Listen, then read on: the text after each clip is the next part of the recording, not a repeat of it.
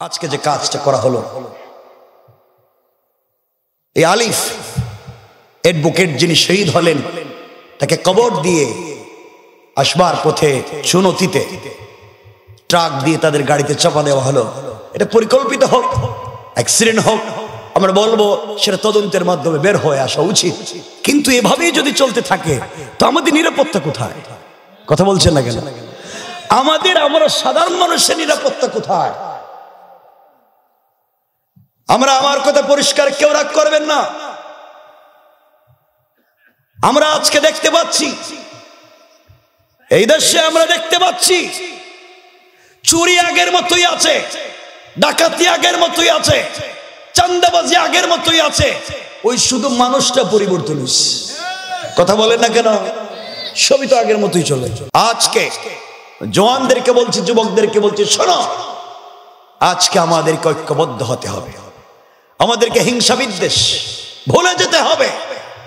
যারা আমাদের কিবলার দিকে মুখ করে সালাত পড়ে, যারা আমাদের জবাই করা পশুর গোশত খায়, তারা আমাদের ভাই। এই চিন্তা করে সকল ফেরকা বাদ দিয়ে ঐক্যবদ্ধ হতে হবে নতুন বাংলাদেশের স্বপ্ন নিয়ে। কথা বলেন ঠিক কিনা? নচেত এই জুলাই আগস্টের বিপ্লবে আপনারা আমরা যা অর্জন করতে পেরেছি কিছুই থাকবে না, কিছুই থাকবে না। গতকালকে আপনারা দেখেছেন যে কোনো সমস্যা এই বাংলাদেশের তরুণ ছাত্র, নওজোয়ান যুবকেরা, মাদ্রাসার ছাত্ররা হিন্দুদের মন্দির পাহারা দিয়েছে, প্রেগোডা সিনোগা পাহারা দিয়েছে, তাদের বাড়ি বাড়ি পাহারা দিয়েছে, যেন কেউ তাদেরকে আঘাত করতে না পারে। তারা এই দেশের, তারা বাঙালি, তারা এই দেশের নাগরিক। আমরা সাম্প্রদায়িক সম্প্রীতি রক্ষা করেছি, কাউকে আঘাত করতে দেইনি।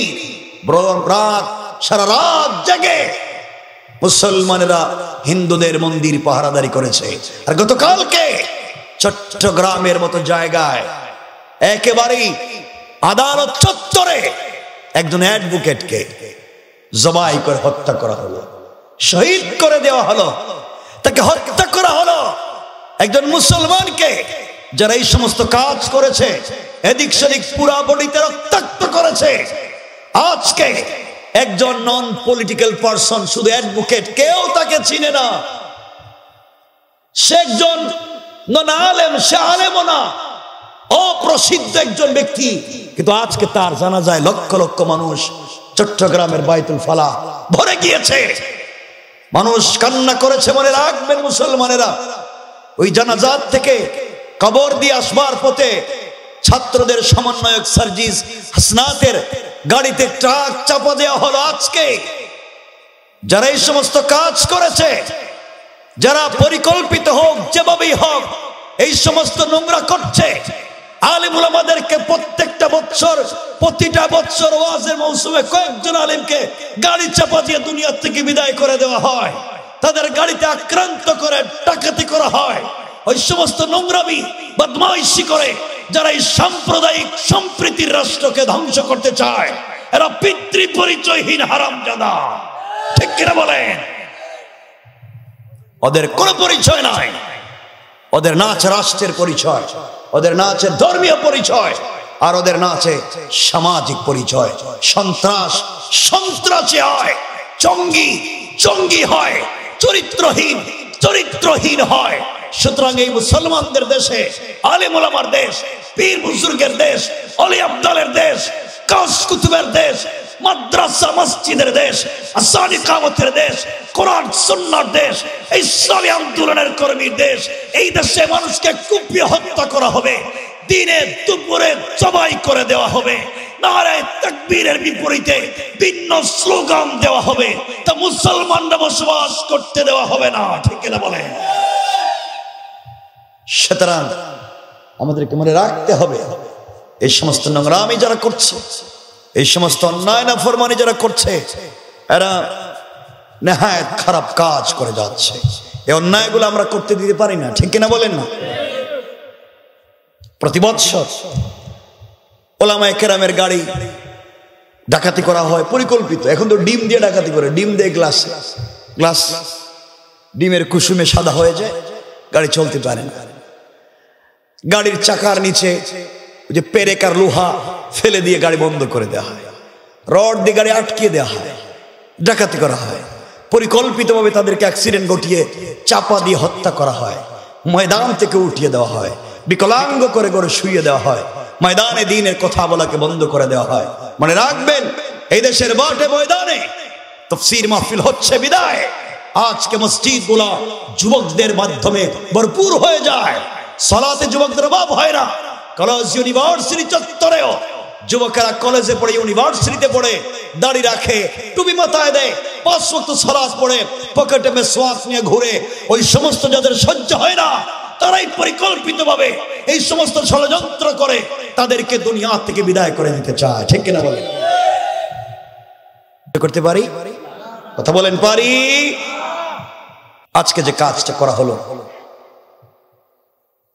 এই আলিফ অ্যাডভোকেট যিনি শহীদ হলেন, তাকে কবর দিয়ে আসবার পথে চুনতিতে ট্রাক দিয়ে তাদের গাড়িতে চাপা দেওয়া হলো। এটা পরিকল্পিত হোক, অ্যাক্সিডেন্ট হোক, আমরা বলবো সেটা তদন্তের মাধ্যমে বের হয়ে আসা উচিত। কিন্তু এভাবেই যদি চলতে থাকে তো আমাদের নিরাপত্তা কোথায়? কথা বলছেন না কেন? আমরা সাধারণ মানুষের নিরাপত্তা কোথায়? আমার কথা পরিষ্কার, কেউ রাগ করবেন না। আমরা আজকে দেখতে পাচ্ছি, এই দেশে আমরা দেখতে পাচ্ছি চুরি আগের মতোই আছে, ডাকাতি আগের মতোই আছে, চাঁদাবাজি আগের মতোই আছে। ওই শুধু মানুষটা পরিবর্তন হয়েছে। কথা বলেন না কেন? সবই তো আগের মতোই চলে। কেন এগুলো হবে? যেন আল্লাহর ওয়াস্তে, আল্লাহর ওয়াস্তে বাবা, যে যে ঢল করেন ওটা তো আমার আপত্তি নাই। আল্লাহর ওয়াস্তে দেশটা আমাদের সকলের, দেশটা আমাদের সকলের। এই সোনার বাংলা, সুজলা সুফলা শস্য শ্যামলা স্বচ্ছ শুভ্রোজ্জ্বল সোনার বাংলাদেশ, এটা তো আমাদের সকলের। আমরা সকলে মিলেমিশে তাকে সমৃদ্ধ করতে চাই, সকলে মিলেমিশে দেশটাকে চমৎকার করতে চাই, আমরা মিলেমিশে একসাথে থাকতে চাই। আপনারা কোনো উস্কানিতে পা দিবেন না। হঠাৎ কারো কোথায় পরিচিত হইয়া আপনারা কোথাও আগুন দিবেন না, রাস্তাঘাট ব্যারিকেড দিবেন না, কারো বাসায়, কারো প্রতিষ্ঠানে, কারো ব্যবসায় আগুন দিয়ে জ্বালিয়ে দিবেন না, কারণ একদিন আপনার ওখানে আরেকজন আগুন জ্বালিয়ে দিবে। ঠিক কিনা বলেন? এই জন্য আমরা ওগুলোতে যাবো না, আমরা এই সমস্ত উস্কানিতে পা দিব না, অন্যায় কাজ করব না। আমরা দেশকে ভালোবাসি, দেশের জনগণকে ভালোবাসি, আমরা সমৃদ্ধ একটা দেশ গড়তে চাই, সকলকে নিয়ে, সবাইকে নিয়ে। আমরা বলেন আমরা পারবো কি পারবো না? ইনশাআল্লাহ, ইনশাআল্লাহ। কিন্তু আমাদের চরিত্র যে খারাপের খারাপ, যে খারাপের খারাপ। আল্লাহ আমাদেরকে হেফাজত করুক, বলেন আমিন। ইন্নাল হামদুলিল্লাহ إن الحمد لله نحمده ونستعينه ونستغفره ونؤمن به ونتوكل عليه ونعوذ بالله من شرور أنفسنا ومن سيئات أعمالنا من يهده الله فلا مضل له ومن يضلله فلا هادي له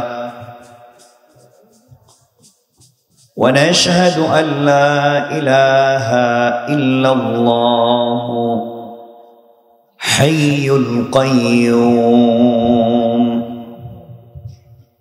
الذي لا تأخذه سنة ولا نوم ونشهد أن سيدنا وسندنا وحبيب ربنا وطبيب قلوبنا ومولانا محمدا عبد الله ورسوله الذي أرسل إلى الناس كافة بشيرا ونذيرا وداعيا إلى الله بإذنه وسراجا وقمرا منيرا أما بعد فقد قال الله تعالى في كلامه المجيد وفي فرقانه الحميد সকলে পড়না আউযু বিল্লাহি মিনাশ শাইতানির রাজীম বিসমিল্লাহির রাহমানির রাহিম اهدنا الصراط المستقيم صدق الله العظيم وصدق رسوله النبي الكريم ونحن على ذلك من الشاهدين والشاكرين والحمد لله رب العالمين যারা এসেছেন যারা বসতে পেরেছেন সকলে আমার সঙ্গে আওয়াজ করে নামাজের দুরূদ পড়েন আল্লাহুম্মা সাল্লি আলা মুহাম্মাদিন ওয়া আলা আলি মুহাম্মাদ كما صليت على إبراهيم وعلى آل إبراهيم إنك حميد مجيد اللهم بارك على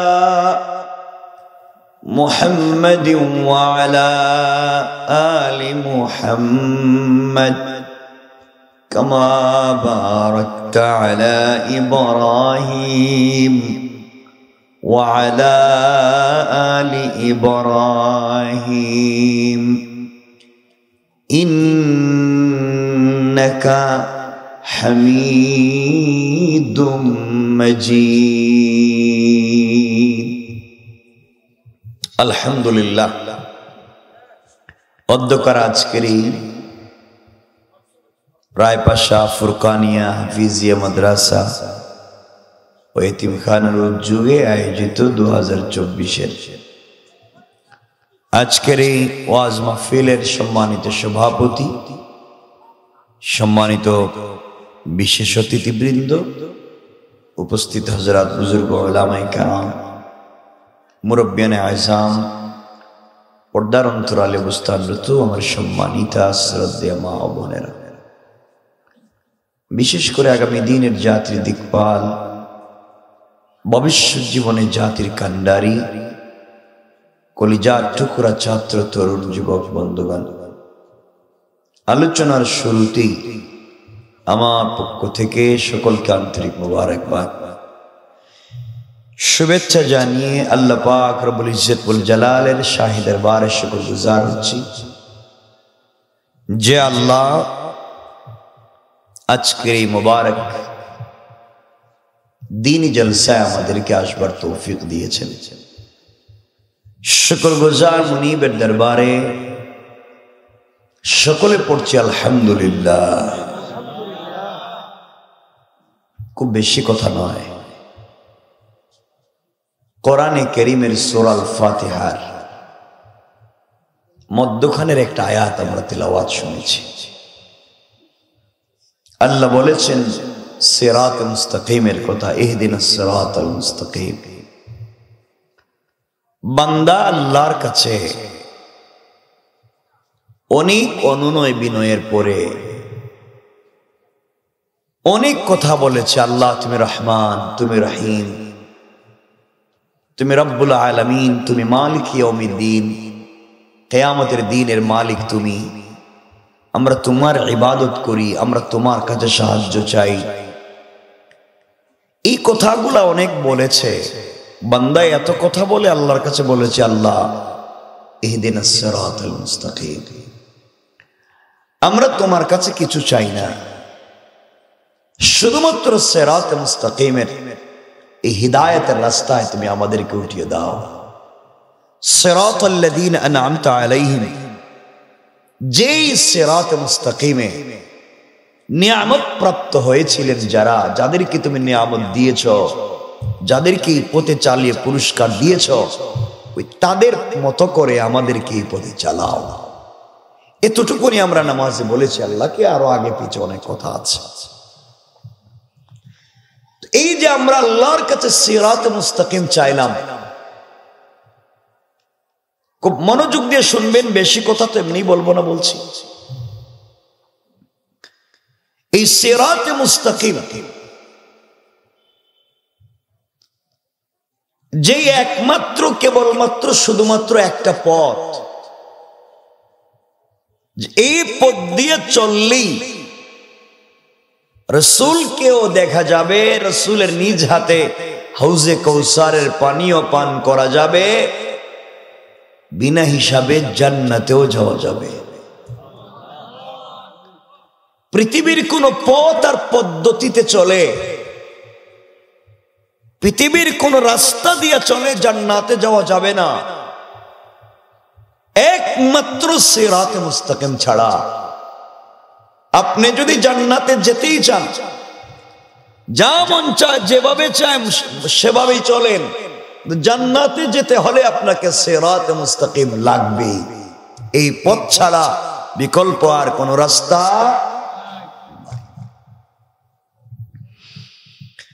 এই জন্যে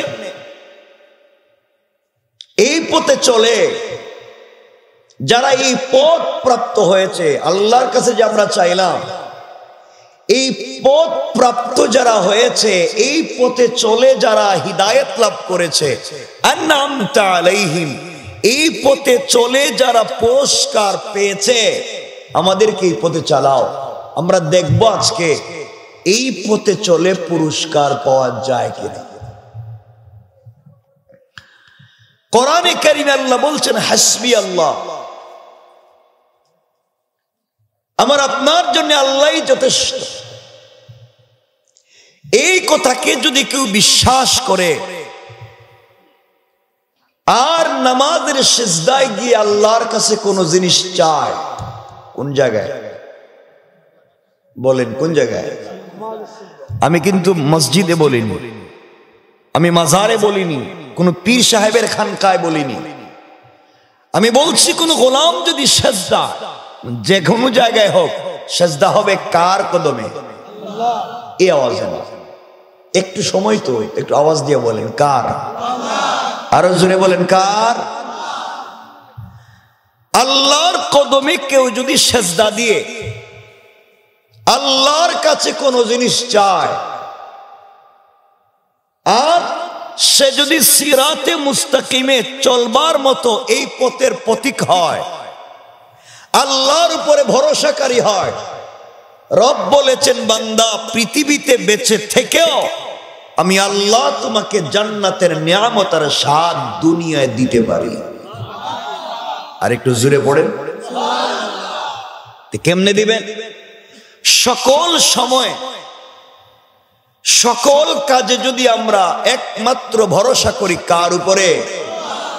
এত আসতে না, আরো জোরে বলেন কার? আল্লাহর উপরে যদি ভরসা করি, সিরাতে মুস্তাকিমের রাস্তায় যদি চলি,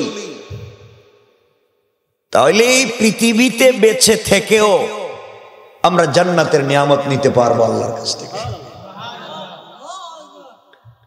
জিনিস বললাম দুইটা, একটা হলো সকল পর্যায়ে আমরা ভরসা করব কার উপরে? আমরা সাহায্য চাইব কার কাছে? আমরা সকল কাজে যথেষ্ট মনে করব কাকে? আর চলবো কোন পথে? সিরাত মুস্তাকিম। এই যদি কাজটা করি, তাহলে আমরা কেমনে পাবো? আমি আপনাদেরকে সেই কথার দিকে নিয়ে যাব। আশা করছি আপনাদের চলার পথে কল্যাণ হবে ইনশাআল্লাহ। কেন বললাম যে আলোচনা লম্বা না হওয়ার জন্য আমি সংক্ষেপে বলতেছি। আল্লাহর উপরে যদি আপনার ভরসা থাকে, কার উপরে? আর চাইবেন কোথায়? সেজদায়। চাইবেন কোথায়? দিবেন কে? সাহায্য করবেন কে? আল্লাহ। সংক্ষেপ বলে, আল্লাহ রাসূল সাল্লাল্লাহু আলাইহি ওয়াসাল্লাম যখন হিজরত করে মক্কা থেকে মদিনায় চলে যাবেন, যে রাত্রে জিবরিল আমিন আসলেন, এসে বলছেন, ইয়া রাসূলুল্লাহ, আপনি ঘুম থেকে উঠুন, আপনাকে হিজরত করতে হবে। আমার মুসলমান বন্দেগান গভীর মনোযোগ, আল্লাহর পয়গম্বর আখিরি জামানার নবী সরকারে কায়নাত, দো জাহানের সরদার নবী রহমত জনাব মুহাম্মদ রাসূলুল্লাহ সাল্লাল্লাহু আলাইহি ওয়াসাল্লাম গভীর রজনীতে শুয়ে আছেন। জিবরিল আমিন হাজির হয়ে গেলেন, সালাম দিয়ে বলছেন, ইয়া রাসূলুল্লাহ, আপনাকে হিজরত করতে হবে ইয়াসরিবের দিকে, খেজুর বাগানের দিকে। আপনাকে হিজরত করতে হবে মদিনার দিকে। আল্লাহ রাসূল ঘুম থেকে উঠে গেলেন, ওযু করলেন, 2 রাকাত সালাত পড়লেন, দরজা খুলে দিয়ে রাসূল পাক সাল্লাল্লাহু আলাইহি ওয়াসাল্লাম যখন চলে যাবেন, হঠাৎ করে তার কানে আওয়াজ এসেছে, ঘরের চতুর্দিকে কাফেরেরা অমুসলিমেরা বেষ্টন করে আল্লাহর রাসূলের ঘর রেখে দিয়েছে। অত্যাধুনিক অস্ত্র নিয়ে, তীর নিয়ে, নেজা নিয়ে, বললাম নিয়ে ঘর থেকে বের হলে তাকে মেরে ফেলবে, আঘাত করবে, নির্যাতন করবে, দুনিয়ার জমিন থেকে তাকে বিদায় করে দেবে। আল্লাহর রাসূল বলছেন, আল্লাহ তাআলা আপনি আমাকে বলেছেন হিজরত করে মদিনায় চলে যাওয়ার জন্য, আমি তো রেডি হয়ে দরজায়। আয় আল্লাহ তাআলা, ঘরের চতুর্দিকে কাফেররা দাঁড়িয়ে আছে, ঘর থেকে বের হলে ওরা তো আমাকে মেরে ফেলবে। আল্লাহ বলছেন, বন্ধুরে, কোরআন থেকে তিলাওয়াত করে আমার উপরে ভরসা করে, হাসবি আল্লাহ, একমাত্র আল্লাহ আমার জন্য যথেষ্ট। গোটা দুনিয়া আমার বিরুদ্ধে চলে গিয়েছে, গোটা এলাকাবাসী আমার বিরুদ্ধে চলে গিয়েছে, গোটা গ্রামের মানুষ আমার বিরুদ্ধে চলে গিয়েছে, গোটা মহল্লা আমার বিরুদ্ধে চলে গিয়েছে, পুরা দেশবাসী আমাকে মেরে ফেলতে চায়। আল্লাহ বলেছেন, গোলাম, ও পয়গম্বর আরবি, আপনি আমার উপরে ভরসা করে কোরআন থেকে তিলাওয়াত করে দরজা খুলে আপনি চলে যাবেন। আপনার কাজ হলো দরজা খুলে চলে যাওয়া, আর আপনাকে হেফাজতের জিম্মাদার স্বয়ং আমি আল্লাহ। আল্লাহ রাসূল দরজায় পৌঁছে গেলেন, দরজা খুলে বের হয়ে যাবেন। এবার আল্লাহকে বলতেছেন, আল্লাহ তাআলা, আমি জানি আমি বের হয়ে যেতে পারি, আপনি আমাকে হেফাজত করবেন, সন্দেহ নাই। ওয়ালাকিন লিয়াতমাইন্না কলবি, কিন্তু আল্লাহ, অন্তরে প্রশান্তি পাই না আপনি যদি আত্মরক্ষা করবার জন্যে কোন জিনিস আমাকে দিতেন যা দিয়ে প্রতিরোধ না আত্মরক্ষা করা যায়। আল্লাহ বললেন, বন্ধুরি, আমি তো তোমাকে বাঁচাবার ওয়াদা দিলাম, তুমি শুধু আমার উপরে ভরসা করে ঘর থেকে বের হয়ে যাও, বাঁচাবার ওয়াদা আমি দিলাম। আল্লাহ রাসূল বলছেন, আল্লাহ তাআলা, আমি জানতে চাই আমার পরে কিয়ামত পর্যন্ত যত উম্মতেরা আসবে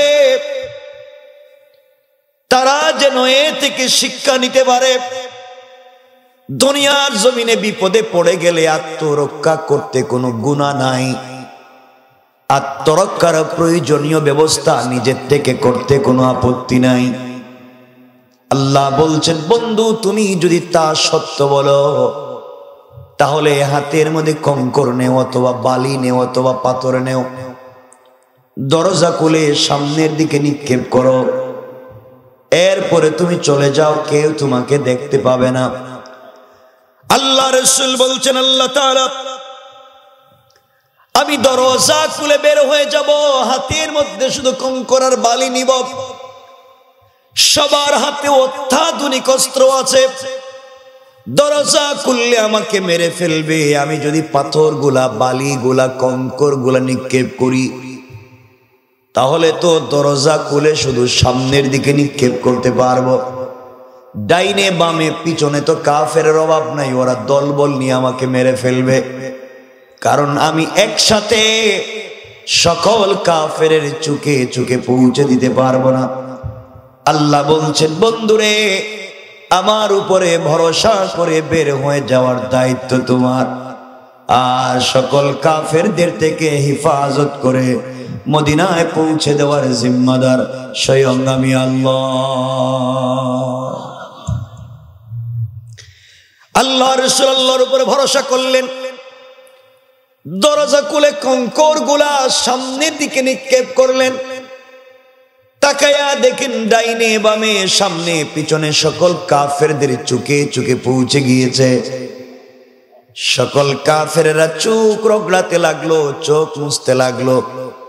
কি রে কোত্থেকে আসলো, কেউ চোখ খুলতে পারলো না। আল্লাহ রাসূল সাল্লাল্লাহু আলাইহি ওয়াসাল্লাম মদিনায় পৌঁছে গেলেন, কেউ তাকে ধরতে পারলো না। আমরা ঘটনা বলবো না, একদিন সুযোগ বুঝে আল্লাহ ডাক দিয়া বললেন বন্ধু আমার, ওই দিন তুমি আমাকে বলেছিলাম পুরা দুনিয়ার কাফেরেরা তোমাকে বেষ্টন করে রেখে দিয়েছে, যে কোন সময় মেরে ফেলতে পারে। ও বন্ধু তুমি হাতে কঙ্কর নিয়ে সামনে নিক্ষেপ করে বের হয়ে গেলা, কেউ তোমাকে দেখতে পাইল না, কেউ তোমাকে ধরলো না, অথচ তাদের হাতে অত্যাধুনিক অস্ত্র। পুরা পৃথিবীর অমুসলিমেরা ঐক্যবদ্ধ হয়ে তোমাকে মেরে ফেলতে চাইল, আর তুমি নিরস্ত্র হাতে কঙ্কর সামনে নিক্ষেপ করে মদিনায় পৌঁছে গেলা, কেউ তোমাকে ধরতে পারলো না, কেমনে কি করলা বলো? আল্লাহ রাসূল বলছেন আল্লাহ তাআলা কেমনে গেলাম কেমনে বাঁচলাম আমি তো কিছুই জানি না, আমি শুধু ভরসা করেছি আপনার উপরে, দিলের ভিতরে বিশ্বাস ছিল আপনার, আমি তো সিরাতে মুস্তাকিমের রাস্তায় চলি। আল্লাহ বলছেন বন্ধুরে তুমি যখন আমার উপরে ভরসা করে গোটা দুনিয়ার কাফেরদের সামনে একমাত্র বিশ্বাস করেছো আল্লাহই বাঁচাতে পারে, একমাত্র আল্লাহ হেফাজত করতে পারে, এই বিশ্বাস নিয়ে যখন তুমি ঘর থেকে বের হয়ে গিয়েছো আর পাথরগুলা সামনের দিকে নিক্ষেপ করেছো, ওইটা তোমার হাত থাকে নাই। আল্লাহ কোরআনে কারিমে বলছেন, আবার আল্লাহ বললেন ওয়ামা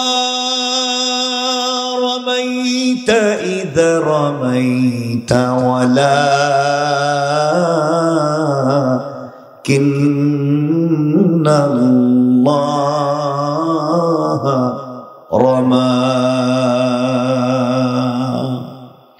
আল্লাহ রাব্বুল ইজ্জতুল জালাল বলছেন বান্দা বন্ধুরে তুমি যখন পাথরগুলো নিক্ষেপ করেছো ওরা তোমার হাত থাকে নাই, আমার উপরে ভরসা করবার কারণে আমি আল্লাহর কুদরতের হাত হয়ে গিয়েছে, আর আমি আল্লাহ আমার হাত দিয়া চতুর্দিকের কাফেরদের চুকে চুকে পৌঁছে দিয়েছি।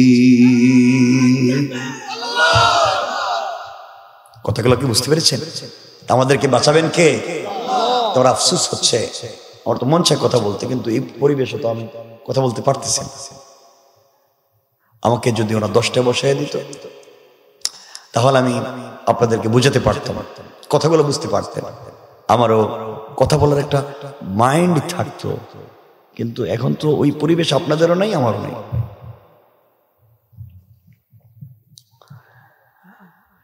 এই জন্য খুব লম্বা চূড়া কথা বলছি না। আমার কথা কি বুঝতে পেরেছেন? এতক্ষণ যা বলছি বুঝতে পেরেছেন? আমাদেরকে হেফাজত করবেন কে? আবার বলেন কে? আওয়াজ করে বলেন কে? এই সমাজে আপনার পয়সা থাকতে পারে, সম্পদ থাকতে পারে, এই সম্পদ আর ক্ষমতা আপনাকে হেফাজত করতে পারবে না। যদি পারত, আজ ওই সমাজে আজ থেকে 2-3 মাস আগে অনেক লোকের ঘর ছিল, কোটি কোটি টাকা দিয়ে ঘর তৈরি করেছে, কোটি কোটি টাকা ব্যাংকে আছে, বাড়ি আছে, গাড়ি আছে, ফ্যাক্টরি আছে, সব ফেলে দিয়া বন জঙ্গলে থাকে। কথা বলছেন না কেন? আছে না নাই? আচ্ছা, বুঝে গেল সম্পদ তাকে হেফাজত করতে পারছে না, তার ক্ষমতা তাকে হেফাজত করতে পারছে না। কারণ বাঁচাতে পারেন কে? আওয়াজ করে বলেন কে? আল্লাহ হেফাজত করতে পারেন। সব আছে কিন্তু তাকে রক্ষা করতে পারছে না। আজকে জওয়ানদেরকে বলছি, যুবকদেরকে বলছি, শোনো, আজকে আমাদেরকে ঐক্যবদ্ধ হতে হবে, আমাদেরকে হিংসা বিদ্বেষ ভুলে যেতে হবে। যারা আমাদের কিবলার দিকে মুখ করে সালাত পড়ে, যারা আমাদের জবাই করা পশুর গোশত খায়, তারা আমাদের ভাই। এই চিন্তা করে সকল ফেরকা বাদ দিয়ে ঐক্যবদ্ধ হতে হবে নতুন বাংলাদেশের স্বপ্ন নিয়ে। কথা বলেন ঠিক কিনা? নচেত এই জুলাই আগস্টের বিপ্লবে আপনারা আমরা যা অর্জন করতে পেরেছি কিছুই থাকবে না, কিছুই থাকবে না। গতকালকে আপনারা দেখেছেন যে কোনো সমস্যা এই বাংলাদেশের তরুণ ছাত্র, নওজোয়ান, যুবকেরা, মাদ্রাসার ছাত্ররা হিন্দুদের মন্দির পাহারা দিয়েছে, প্রেগোডা সিনোগা পাহারা দিয়েছে, তাদের বাড়ি বাড়ি পাহারা দিয়েছে, যেন কেউ তাদেরকে আঘাত করতে না পারে। তারা এই দেশের, তারা বাঙালি, তারা এই দেশের নাগরিক। আমরা সাম্প্রদায়িক সম্প্রীতি রক্ষা করেছি, কাউকে আঘাত করতে দেইনি। সারা রাত জেগে মুসলমানেরা হিন্দুদের মন্দির পাহারাদারি করেছে। আর গতকালকে চট্টগ্রামের মতো জায়গায় একেবারেই আদালত চত্বরে একজন অ্যাডভোকেটকে জবাই করে হত্যা করা হলো, শহীদ করে দেওয়া হলো, তাকে হত্যা করা হলো। একজন মুসলমানকে যারা এই সমস্ত কাজ করেছে, এদিক সেদিক পুরা বডিতে রক্তাক্ত করেছে, আজকে একজন নন পলিটিক্যাল পারসন, শুধু অ্যাডভোকেট, কেউ তাকে চিনে না। সে একজন নন আলেম, সে আলেমও না, অপ্রসিদ্ধ একজন ব্যক্তি, কিন্তু আজকে তার জানাজায় লক্ষ লক্ষ মানুষ চট্টগ্রামের বাইতুল ফালাহ ভরে গিয়েছে।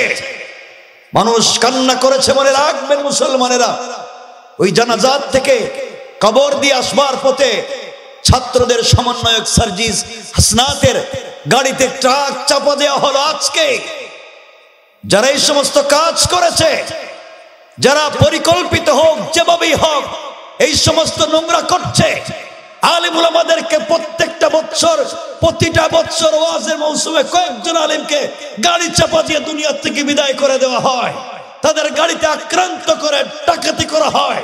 ওই সমস্ত নোংরামি বদমাইশি করে যারা এই সাম্প্রদায়িক সম্প্রীতির রাষ্ট্রকে ধ্বংস করতে চায়, এরা পিতৃ পরিচয়হীন হারামজাদা। ঠিক কিনা বলেন? ওদের কোনো পরিচয় নাই, ওদের না আছে রাষ্ট্রের পরিচয়, ওদের না আছে ধর্মীয় পরিচয়, আর ওদের না আছে সামাজিক পরিচয়। সন্ত্রাস সন্ত্রাসী হয়, জঙ্গি জঙ্গি হয়, চরিত্রহীন চরিত্রহীন হয়।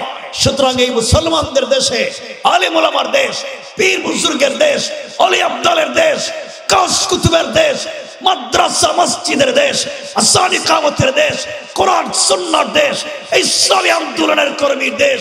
এই দেশে মানুষকে কুপিয়ে হত্যা করা হবে, দিনে দুপুরে জবাই করে দেওয়া হবে, নারে তাকবীরের বিপরীতে ভিন্ন স্লোগান দেওয়া হবে, তা মুসলমানরা বসবাস করতে দেওয়া হবে না। ঠিক না বলে? সুতরাং আমাদেরকে মনে রাখতে হবে, এই সমস্ত নোংরামি যারা করছে, এই সমস্ত অন্যায় না ফরমানি যারা করছে, এরা নেহায়েত খারাপ কাজ করে যাচ্ছে। এই অন্যায়গুলো আমরা করতে দিতে পারি না। ঠিক কিনা বলেন না? প্রতি বৎসর ওলামায়ে কেরামের গাড়ি ডাকাতি করা হয় পরিকল্পিত। এখন তো ডিম দিয়ে ডাকাতি করে, ডিম দিয়ে গ্লাস ডিমের কুসুমে সাদা হয়ে যায়, গাড়ি চলতে পারে না। গাড়ির চাকার নিচে যে পেরেকার লোহা ফেলে দিয়ে গাড়ি বন্ধ করে দেওয়া হয়, রড দিয়ে গাড়ি আটকিয়ে দেওয়া হয়, ডাকাতি করা হয়, পরিকল্পিতভাবে তাদেরকে অ্যাক্সিডেন্ট ঘটিয়ে চাপা দিয়ে হত্যা করা হয়, ময়দান থেকে উঠিয়ে দেওয়া হয়, বিকলাঙ্গ করে করে শুইয়ে দেওয়া হয়, ময়দানে দ্বীনের কথা বলাকে বন্ধ করে দেওয়া হয়। মনে রাখবেন, এই দেশের মাঠে ময়দানে তাফসীর মাহফিল হচ্ছে বিদায়, আজকে মসজিদগুলো যুবকদের মাধ্যমে ভরপুর হয়ে যায়, সালাতে যুবকদের অভাব হয় না। কলেজ ইউনিভার্সিটি চত্বরেও যুবকেরা কলেজে পড়ে, ইউনিভার্সিটিতে পড়ে দাড়ি রাখে, টুপি মাথায় দেয়, 5 ওয়াক্ত সালাত পড়ে, পকেটে মেসওয়াক নিয়ে ঘুরে। ওই সমস্ত যাদের সহ্য হয় না, তারাই পরিকল্পিতভাবে এই সমস্ত ষড়যন্ত্র করে তাদেরকে দুনিয়া থেকে বিদায় করে দিতে চায়। ঠিক কিনা বলেন? করতে পারি? কথা বলেন, পারি? আজকে যে কাজটা করা হলো, এই আলিফ অ্যাডভোকেট যিনি শহীদ হলেন, তাকে কবর দিয়ে আসবার পথে চুনতিতে ট্রাক দিয়ে তাদের গাড়িতে চাপা দেওয়া হলো। এটা পরিকল্পিত হোক, অ্যাক্সিডেন্ট হোক, আমরা বলবো সেটা তদন্তের মাধ্যমে বের হয়ে আসা উচিত। কিন্তু এভাবেই যদি চলতে থাকে তো আমাদের নিরাপত্তা কোথায়? কথা বলছেন না কেন? আমরা সাধারণ মানুষের নিরাপত্তা কোথায়? আমার কথা পরিষ্কার, কেউ রাগ করবেন না। আমরা আজকে দেখতে পাচ্ছি, এই দেশে আমরা দেখতে পাচ্ছি চুরি আগের মতোই আছে, ডাকাতি আগের মতোই আছে, চাঁদাবাজি আগের মতোই আছে, ওই শুধু মানুষটা পরিবর্তন হয়েছে। কথা বলেন না কেন? সবই তো আগের মতোই চলে। কেন এগুলো হবে? যেন আল্লাহর ওয়াস্তে বাবা, যে যে দল করেন ওটা তো আমার আপত্তি নেই। আল্লাহর ওয়াস্তে দেশটা আমাদের সকলের, দেশটা আমাদের সকলের। এই সোনার বাংলা, সুজলা সুফলা শস্য শ্যামলা স্বচ্ছ শুভ্রোজ্জ্বল সোনার বাংলাদেশ, এটা তো আমাদের সকলের। আমরা সকলে মিলেমিশে তাকে সমৃদ্ধ করতে চাই, সকলে মিলেমিশে দেশটাকে চমৎকার করতে চাই, আমরা মিলেমিশে একসাথে থাকতে চাই। আপনারা কোনো উস্কানিতে পা দিবেন না, হঠাৎ কারো কোথায় পরিচিত হইয়া আপনারা কোথাও আগুন দিবেন না, রাস্তাঘাট ব্যারিকেড দিবেন না, কারো বাসায়, কারো প্রতিষ্ঠানে, কারো ব্যবসায় আগুন দিয়ে জ্বালিয়ে দিবেন না, কারণ একদিন আপনার ওখানে আরেকজন আগুন জ্বালিয়ে দিবে। ঠিক কিনা বলেন? এই জন্য আমরা ওগুলোতে যাবো না, আমরা এই সমস্ত উস্কানিতে পা দিব না, অন্যায় কাজ করব না। আমরা দেশকে ভালোবাসি, দেশের জনগণকে ভালোবাসি, আমরা সমৃদ্ধ একটা দেশ গড়তে চাই, সকলকে নিয়ে, সবাইকে নিয়ে। আমরা বলেন আমরা পারবো কি পারবো না? ইনশাআল্লাহ, ইনশাআল্লাহ। কিন্তু আমাদের চরিত্র যে খারাপের খারাপ, যে খারাপের খারাপ। আল্লাহ আমাদেরকে হেফাজত করুক, বলেন আমিন। আমার কথা কষ্ট পেয়েছেন আপনারা? সুতরাং আমাদেরকে ভরসা করতে হবে কার উপরে? একটু আসতে বলবেন না, জোরে বলেন, কার? এই আলোচনাটা করি, আমরা আলোচনা সংক্ষেপ করব। মোটামুটি রাত্র 12টা হয়ে গেছে তো অলরেডি, কাছাকাছি। খুব মনোযোগ দিয়ে শুনবেন। আজকে যেটা বলতে চাই, হয়তো এই গল্পটুকু আমাদের জীবনকে পরিবর্তন করে দিতে পারে। কিয়ামতের দিনে আল্লাহ বলবেন আমাদেরকে, মা সালাকাকুম ফি সাকার, কে, কোন জিনিস তোমাদেরকে জাহান্নামে নিয়ে এসেছে? কেন তোমরা আজকে জাহান্নামে এসেছো? তোমাদেরকে তো আমি জান্নাতের জন্য তৈরি করেছিলাম, তোমরা আজকে জাহান্নামে এসেছো কেন? আমরা জবাব দিব, কালু লাম নাকু মিনাল মুসাল্লিন। আল্লাহ, আমরা তো নামাজ পড়তাম না, আমরা নামাজ পড়তাম না, আমরা মানুষের হক দিতাম না, মাইরে খাইতাম, এই জন্য আজকে আমরা জাহান্নামে এসেছি। আপনারা কি বলেন, আমরা জাহান্নামে যেতে চাই না জান্নাতে যেতে চাই? জান্নাতে যেতে চাই। আল্লাহ বলছেন কোরআনে, ওয়ালাকাদ যারানাকুম লিজাহান্নামা কাসীরাম মিনাল জিন্নি ওয়াল ইনস। আল্লাহ বলছেন অনেক মানুষকে এবং জিন্নাতকে তিনি তৈরি করেছেন জাহান্নামে দেওয়ার জন্য। অনেক মানুষকে, আর কাকে? অনেক মানুষকে এবং জিন্নাতকে তিনি তৈরি করেছেন কোথায় দিতে চান? জাহান্নামে। কোরআনের আর এক জায়গায় আল্লাহ বলছেন ওয়ান-নাস ওয়াল হিজারা, জাহান্নামে যে আগুন জ্বলবে, ওই আগুন যে প্রজ্বলিত হবে, আল্লাহ আগুন জ্বালাবার জন্য লাকড়ি দিবেন না, আল্লাহ আগুন, জাহান্নামের আগুনকে জ্বালাবার জন্য পেট্রোল দিবেন না, অকটেন দিবেন না, ডিজেল দিবেন না, কেরোসিন দিবেন না। আল্লাহ বলছেন তিনি জাহান্নামের আগুনকে প্রজ্বলিত করবার জন্য লাকড়ির বদলে সেই চুলায় ঢুকাবেন মানুষ আর পাথরকে। কাকে? কথা বলেন আপনারা, আমরা কি? কথা বলেন আমরা কি? তাহলে আমরা যদি নামাজ না পড়ি, আমরা যদি আমানতদার না হই, আমাদেরকে জাহান্নামের লাকড়ি হতে হবে। বলছেন কে? আর যদি ভরসা করি কার উপরে? আল্লাহর উপরে যদি ভরসা করে পৃথিবীতে চলতে পারি, রব বলেছেন সকল বিপদ থেকে হেফাজত করে দিবেন। পড়েন সুবহান। আর একটু জোরে পড়েন না সুবহান। এজন্য ফিতনা করবেন না। এখান থেকে আমাদেরকে জানতে হবে যে দেখেন পয়সা আছে, আজকে বেচারা বাড়িতে থাকতে পারতেছে না। আমি যদি সেম কাজ করি, আমি একদিন বাড়ি বানাবো, কিন্তু আমি থাকতে পারবো না। কথা বলেন না কেন? এজন্য সকলকেই সংযত হতে হবে, নোংরামির পথ পরিহার করতে হবে, খারাপ কাজ থেকে নিজেকে ফিরিয়ে নিয়ে আসতে হবে। সকলে পড়েন আমিন। এর পুরো আলোচনায় বুঝাতে চাইলাম যে শব্দটুকুন আমরা ভরসা করব কার উপরে আর চাইব কার কাছে? আল্লাহর কাছে। কোথায় গিয়ে? কোথায় গিয়ে? আমি বলছিলাম সেজদায় গিয়ে যদি আপনি চান। কেন বললাম এই কথা? আমি এটা ভেঙে দিই, আপনারা বলবেন সেজদায় কথা বলি। সেজদায় গিয়ে আমরা পড়ি কি? সুবহান রাব্বিয়াল আলা। সুবহান, আল্লাহ পবিত্র, আলা, আল্লাহ বড়। আল্লাহ বলছেন বান্দা কি চাস? বান্দা বলে সুবহান রাব্বিয়াল আলা, আল্লাহ তুমি পবিত্র, আল্লাহ তুমি বড়।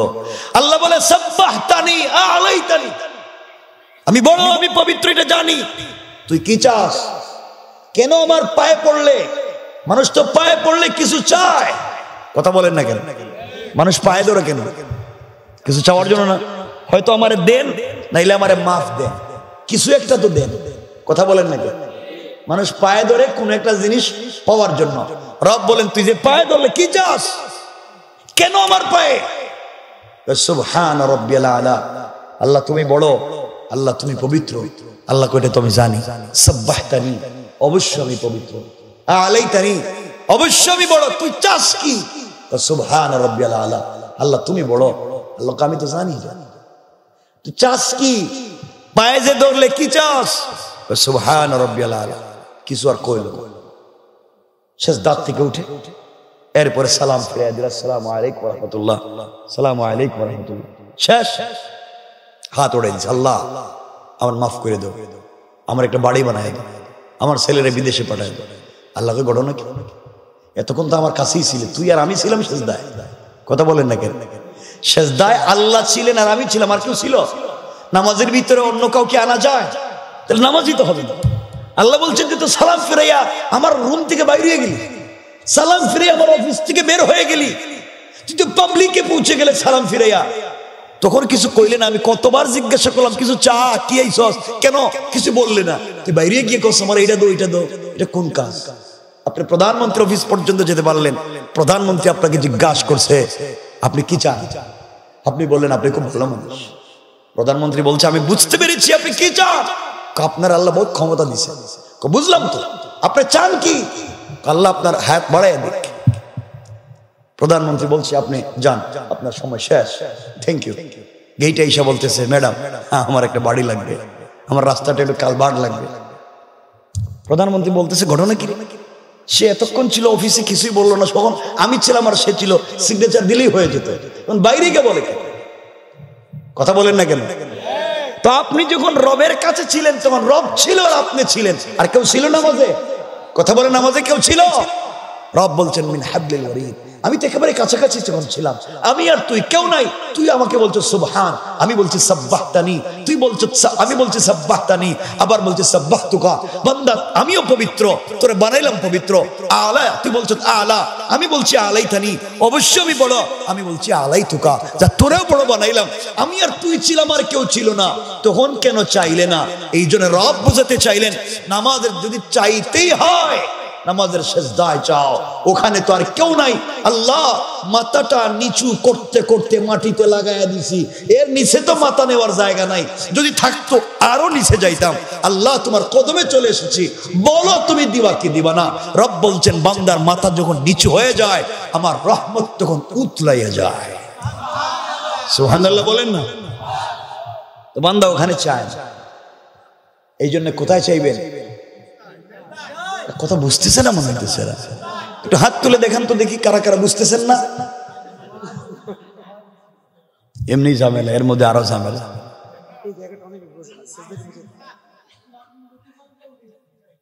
বুঝেন নাই? হাত উঠেলেন কেন?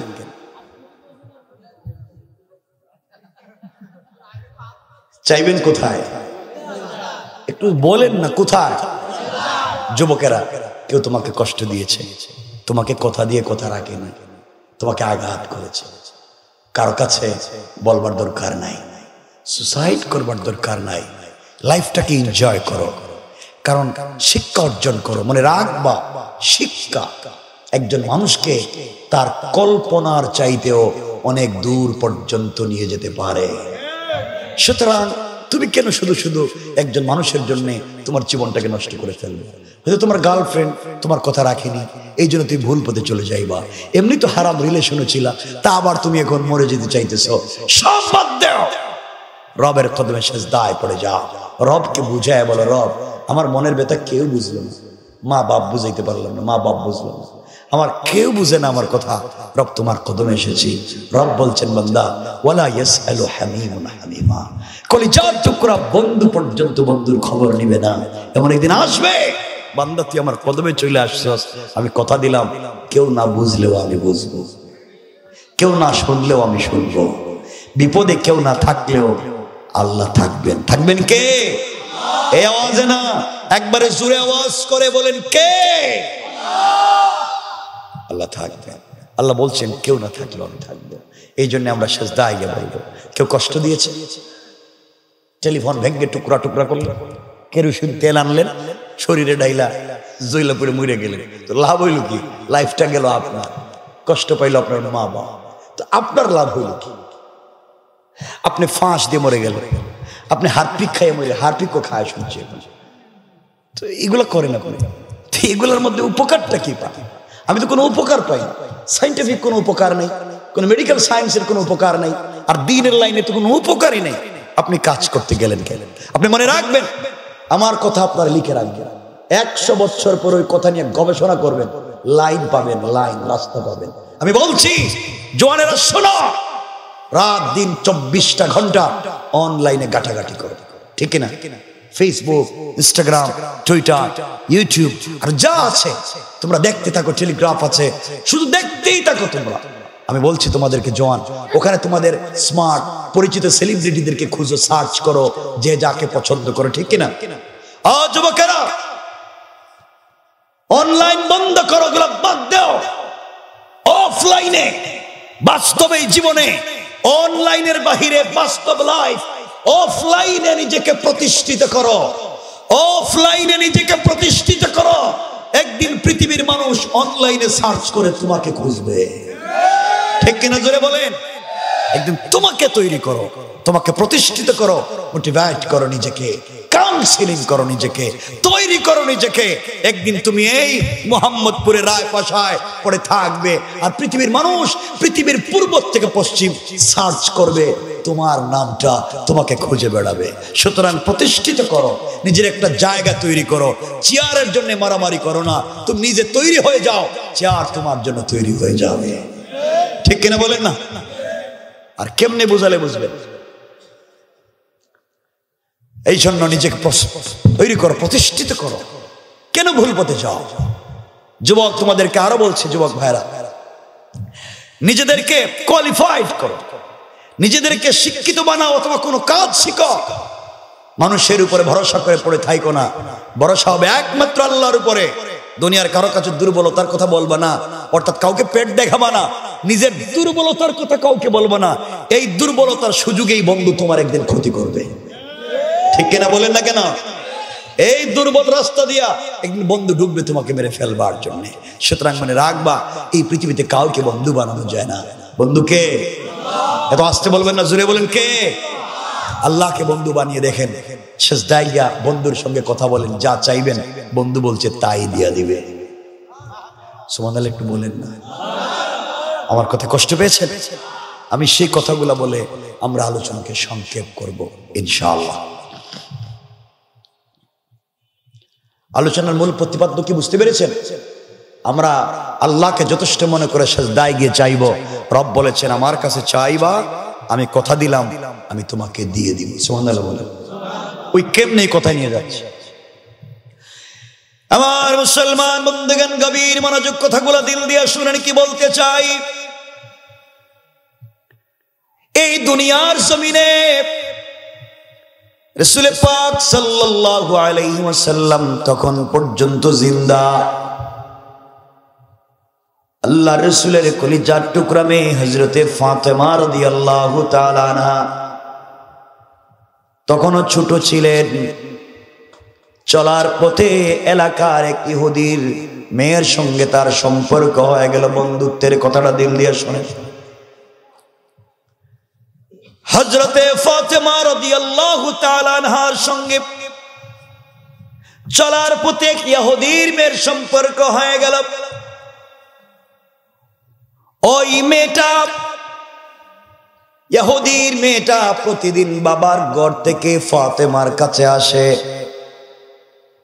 ফাতেমার চরিত্র, আদব, আখলাক, আমানতদারি দেখে অভিভূত হয়ে গিয়েছে। পৃথিবীতে এত ভদ্র, এত ভালো মানুষ হয় কেমনে চিন্তায় পড়ে গিয়েছে। ফাতেমার মধ্যে আমানতদারি আর বিশ্বস্ততা পেয়ে সে অভিভূত হয়ে গেল। ওই মেয়েটা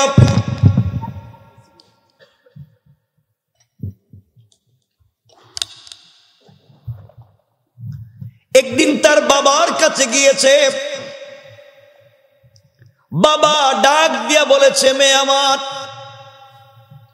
বয়স তোমার কম হয় নাই মা, আজ না হয়ে কাল তোমাকে তো বিয়ে দেওয়া লাগবে, বড় হয়ে গিয়েছ। মা রে, আমি বাবা হিসাবে তোমার জন্য একটা ছেলে ঠিক করেছি। ওই ছেলেটা আমাদের এলাকার সব থেকে বড় পয়সাওয়ালার ছেলে, একমাত্র বাবার একমাত্র সন্তান, পয়সার অভাব নাই, দেখতে অনেক স্মার্ট। মা তোমাকে তার সঙ্গে বিয়ে দিতে চাই, তুমি কি রাজি? মেয়ে ডাক দিয়া বলছে, আব্বাজান, আপনি আমার জন্য ছেলে ঠিক করেছেন বাবা, আপনি বলতেছেন বিয়েতে রাজি কি না, আপনি আমার কাছে জানতে চাইলেন। ও বাবা, আপনি আগামীকালকে সন্ধ্যা পর্যন্ত আমাকে সময় দেন, আমি সন্ধ্যার আগে আগে আপনার কাছে ফাইনাল সিদ্ধান্ত জানাইয়া দিতে চাই। এই বলে বাবার কাছ থেকে সময় নিয়ে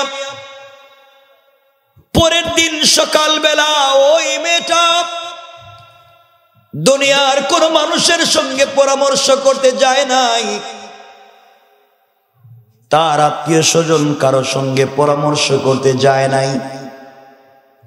মেয়ে চিন্তা করে দেখেছে, এই পৃথিবীতে আমার চিনা জানা মতে আমানতদার একমাত্র ফাতেমা, আমি তার সঙ্গে দীর্ঘদিন পর্যন্ত চলছি, এত আমানতদার ভদ্র কোনো মানুষ হতে পারে না।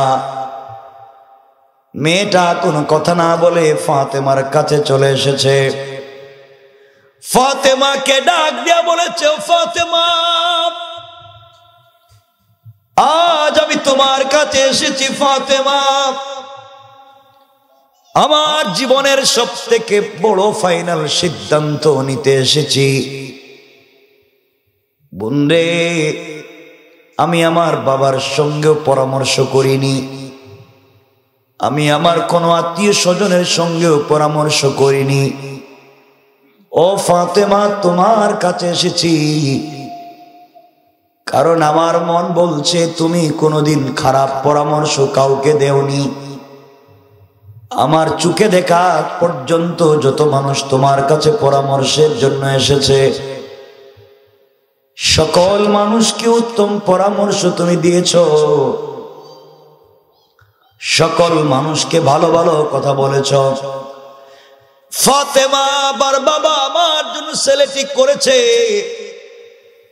বাবা আমাকে বিয়ে দিতে চায়। এই এলাকার এই দেশের সব থেকে বড় শিল্পপতির এক ছেলের সাথে ছেলের যেমন পয়সা আছে ছেলেটাও দেখতে সুন্দর, বলো না বিয়েতে রাজি হব কিনা? ফাতেমা ডাক দিয়া বলছেন, বোন রে, আমি মুসলিম, তুমি ইহুদি, তোমার পার্সোনাল লাইফে আমি তো কোনো কথা বলতে পারি না। মেয়ে ডাক দিয়া বলছে, ফাতেমা, আমি কোন ধর্মের আর তুমি কোন ধর্মের আমি জানতে চাই না। দীর্ঘদিন তোমার কাছে এসেছি, তোমার পাশে বসেছি, তোমার মতো ভদ্র, তোমার মতো আমানতদার বিশ্বস্ত কোনো মানুষ চোখে পড়েনি।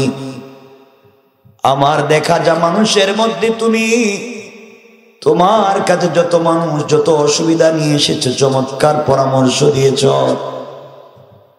আমিও তোমার কাছে এসেছি, বলো না বাবার দেখানো পথে কি হাঁটবো, মেয়ে ছেলেটাকে বিয়ে করব? ফাতেমা বলছেন, বোন রে, বাবা তো কখনো চায় না তার মেয়েটা কষ্টে থাকুক।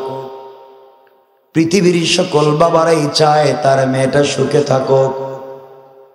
আমার মন বলছে তোমার বাবা তোমার জন্য যে ছেলে ঠিক করেছে, বিয়েতে রাজি হয়ে যাও। মেয়েটা ডাক দিয়া বলছে, ফাতেমা, তুমি আমাকে বলেছো তোমার কথায় আমি রাজি হয়ে যেতে পারি, কিন্তু বোন রে, আমার একটা শর্ত আছে। ফাতেমা বললেন, তোমার আবার শর্ত কি জানতে চাই? মেয়ে ডাক দিয়া বলছে, ফাতেমা, আমার শর্ত হলো তুমি যদি আমার বিয়েতে যাও, আমার পাশে বসে আমার মাথায় হাত রেখে আমার জন্য কল্যাণ চাও, আমার জন্য সৃষ্টিকর্তার কাছে কল্যাণের দোয়া করো। ফাতেমা বলছেন, বোন রে, আমি মুসলিম, আমি যদি তোমার বিয়েতে যাই, তোমার বাপ দাদারা তোমার প্রতিবেশীরা তোমাকে লজ্জা দিবে, আমি গেলে আমার বাবাকেও মুসলমানেরা লজ্জা দিবে, এই জন্যে আমি তোমার বিয়েতে যেতে পারবো না। কিন্তু বোন, তুমি বিয়ে করো, বাপ যেহেতু বলেছে রাজি হয়ে যাও। মেয়ে ডাক দিয়া বলছে, ফাতেমা, এই পৃথিবীতে একমাত্র কেবলমাত্র বিশ্বস্ত আমানতদার তোমাকে মনে করি। আমি চাই আমার জীবনের শ্রেষ্ঠ সিদ্ধান্তে তুমি আমার পাশে বসে আমার মাথায় হাত বুলাইয়া দোয়া করবা। তুমি যদি আমার বিয়েতে না যাও, কথা দিলাম আমি কিন্তু মরে যেতে পারি, পৃথিবীর কোন ছেলেকে বিয়ে করব না। আল্লাহু আকবার। আরো জোরে বলেন। ও ফাতেমা, তোমাকে তো ভালোবাসি, একমাত্র তোমাকে ভালোবাসি আর বিশ্বাস করি। তুমি যদি আমার পাশে না থাকো, আমি কিন্তু বিয়েতে রাজি না। ফাতেমা বেগী হয়ে গেলেন, আবেগ নিয়ে বলছেন, বোন রে, ইনশাআল্লাহ যাও, কথা দিলাম আমি তোমার বিয়েতে যাব, তোমার পাশে বসে সৃষ্টিকর্তার কাছে তোমার জন্য কল্যাণ চাইব। মেয়েটা খুশি হয়ে গিয়েছে, বাবার কাছে গিয়েছে, বাবাকে ডাক দিয়া বলেছে, বাবা, আপনি আমাকে বলেছিলেন ছেলের সঙ্গে যে ছেলের কথা, ও বাবা, ছেলে কি করে আমি জানতে চাই না, ছেলে খারাপ না ভালো তাও জানতে চাই না। আপনি বলেছেন ছেলের পয়সার অভাব নাই, তারও দরকার নাই। আপনি বলেছেন ছেলেটা বড় সুন্দর, তাও জানতে চাই না। বাবা, তুমি বলেছো আমি বিয়েতে রাজি। ইহুদি খুশি হয়ে গিয়েছে, এলাকায় দাওয়াত দিতে চায়। মেয়ে ডাক দিয়া বলেছে, আব্বা, আমি বিয়েতে রাজি হয়েছি বাবা, আমার একটা শর্ত কিন্তু আছে। ফাতেমাকে দাওয়াত করেছি আমার বিয়েতে, আমার বাড়িতে এসে আমার পাশে বসে কল্যাণ চাইবে, এই শর্তে আমি বিয়েতে রাজি। ফাতেমার নাম শুনে ইহুদির যেন পায়ের রক্ত মাথায় উঠে গিয়েছে। ডাক দিয়ে বলেছে, মেয়ে আমার, মুহাম্মদ আমার জাত শত্রু, মুহাম্মদ আমাদের ধর্মের বিরুদ্ধে চলে গিয়েছে, তাকে মারা যায় না। আমার মতো সোসাইটির সব থেকে নামি দামি পয়সাওয়ালা একজন বাবার মেয়ের বিয়েতে ফাতেমার মতো মেয়ে আসবে, প্রয়োজন বুঝে পৃথিবী ধ্বংস হয়ে যাবে, তোমাকে বিয়েই দিতাম না। এরপরেও এই বাড়িতে ফাতেমাকে আসতে দিব না। মেয়ে দাঁড়িয়ে ডাক দিয়ে বলছে, আব্বা জান, এই জীবনে কোনদিন আপনার মুখের উপরে কোনো কথা বলি নাই, আপনার সামনে দাঁড়িয়ে কোনো কথা বলি নাই বাবা। আজ আপনাকে স্পষ্ট করে জানিয়ে দিতে চাই, আমার বিয়েতে ফাতেমাকে আসতে যদি আপনি বাধা দেন, আসমান জমিন ভেঙে যেতে পারে, পৃথিবী ধ্বংস হয়ে যেতে পারে। ফাতেমাকে পাশে না বসাইয়া এই পৃথিবীর কোন ছেলেকে বিয়ে করব না। আল্লাহু আকবার, জোরে বলেন। এই আওয়াজে বললে ওয়াজ রাইখা দিমু, আরো জোরে বলেন, আরো জোরে বলেন আল্লাহু আকবার। কই কি এই যে অবস্থা, যা বলতেছি শুনেন, কষ্ট হচ্ছে, অসুবিধা হয়? আমার বন্ধুগণ, মেয়েটা বাপ যখন বলেছে মা তোমাকে বিয়ে দিতে চাই, মেয়েটা তখন বলছে বাবা সময় দেও। এই সময় নিয়ে পরামর্শ করছে কার সাথে? সবাই বলেন, জওয়ানেরা বলো না। আর আমাদের দেশে মেয়েদেরকে যদি বাবা যদি বলে মা আমি তোমার জন্য একটা ভালো ছেলে ঠিক করেছি, বিয়ে দিতে চাই, তুমি কি রাজি? মেয়ে বলবে বাবা আই এম সরি। আপনি কি বললেন? আমি ইউনিভার্সিটিতে পড়ি, আমি অ্যাডাল্ট, আমি মেচে, আমার বয়স হয়েছে বাবা, আপনি বলছেন একটা ছেলের সঙ্গে আমাকে বিয়ে দিবেন। আমি তো এই মোহাম্মদপুরের রায়পাশার বল্টু মিয়ার ছেলের সাথে 5 বছর থেকে প্রেম, আমি তো আরো আগে খাম সেরে লইছি, ঠিক কিনা? তা আমাদের চরিত্র এমন হয়ে গিয়েছে, কেন জানি আমরা দিন দিন খারাপ হয়ে যাচ্ছে, ঠিক না? আর এই মেয়েটা পৃথিবীর কারোর সঙ্গে কথা না বলে পরামর্শ করতে গিয়েছে ফাতেমার সঙ্গে। সুবহানাল্লাহ বললেন না?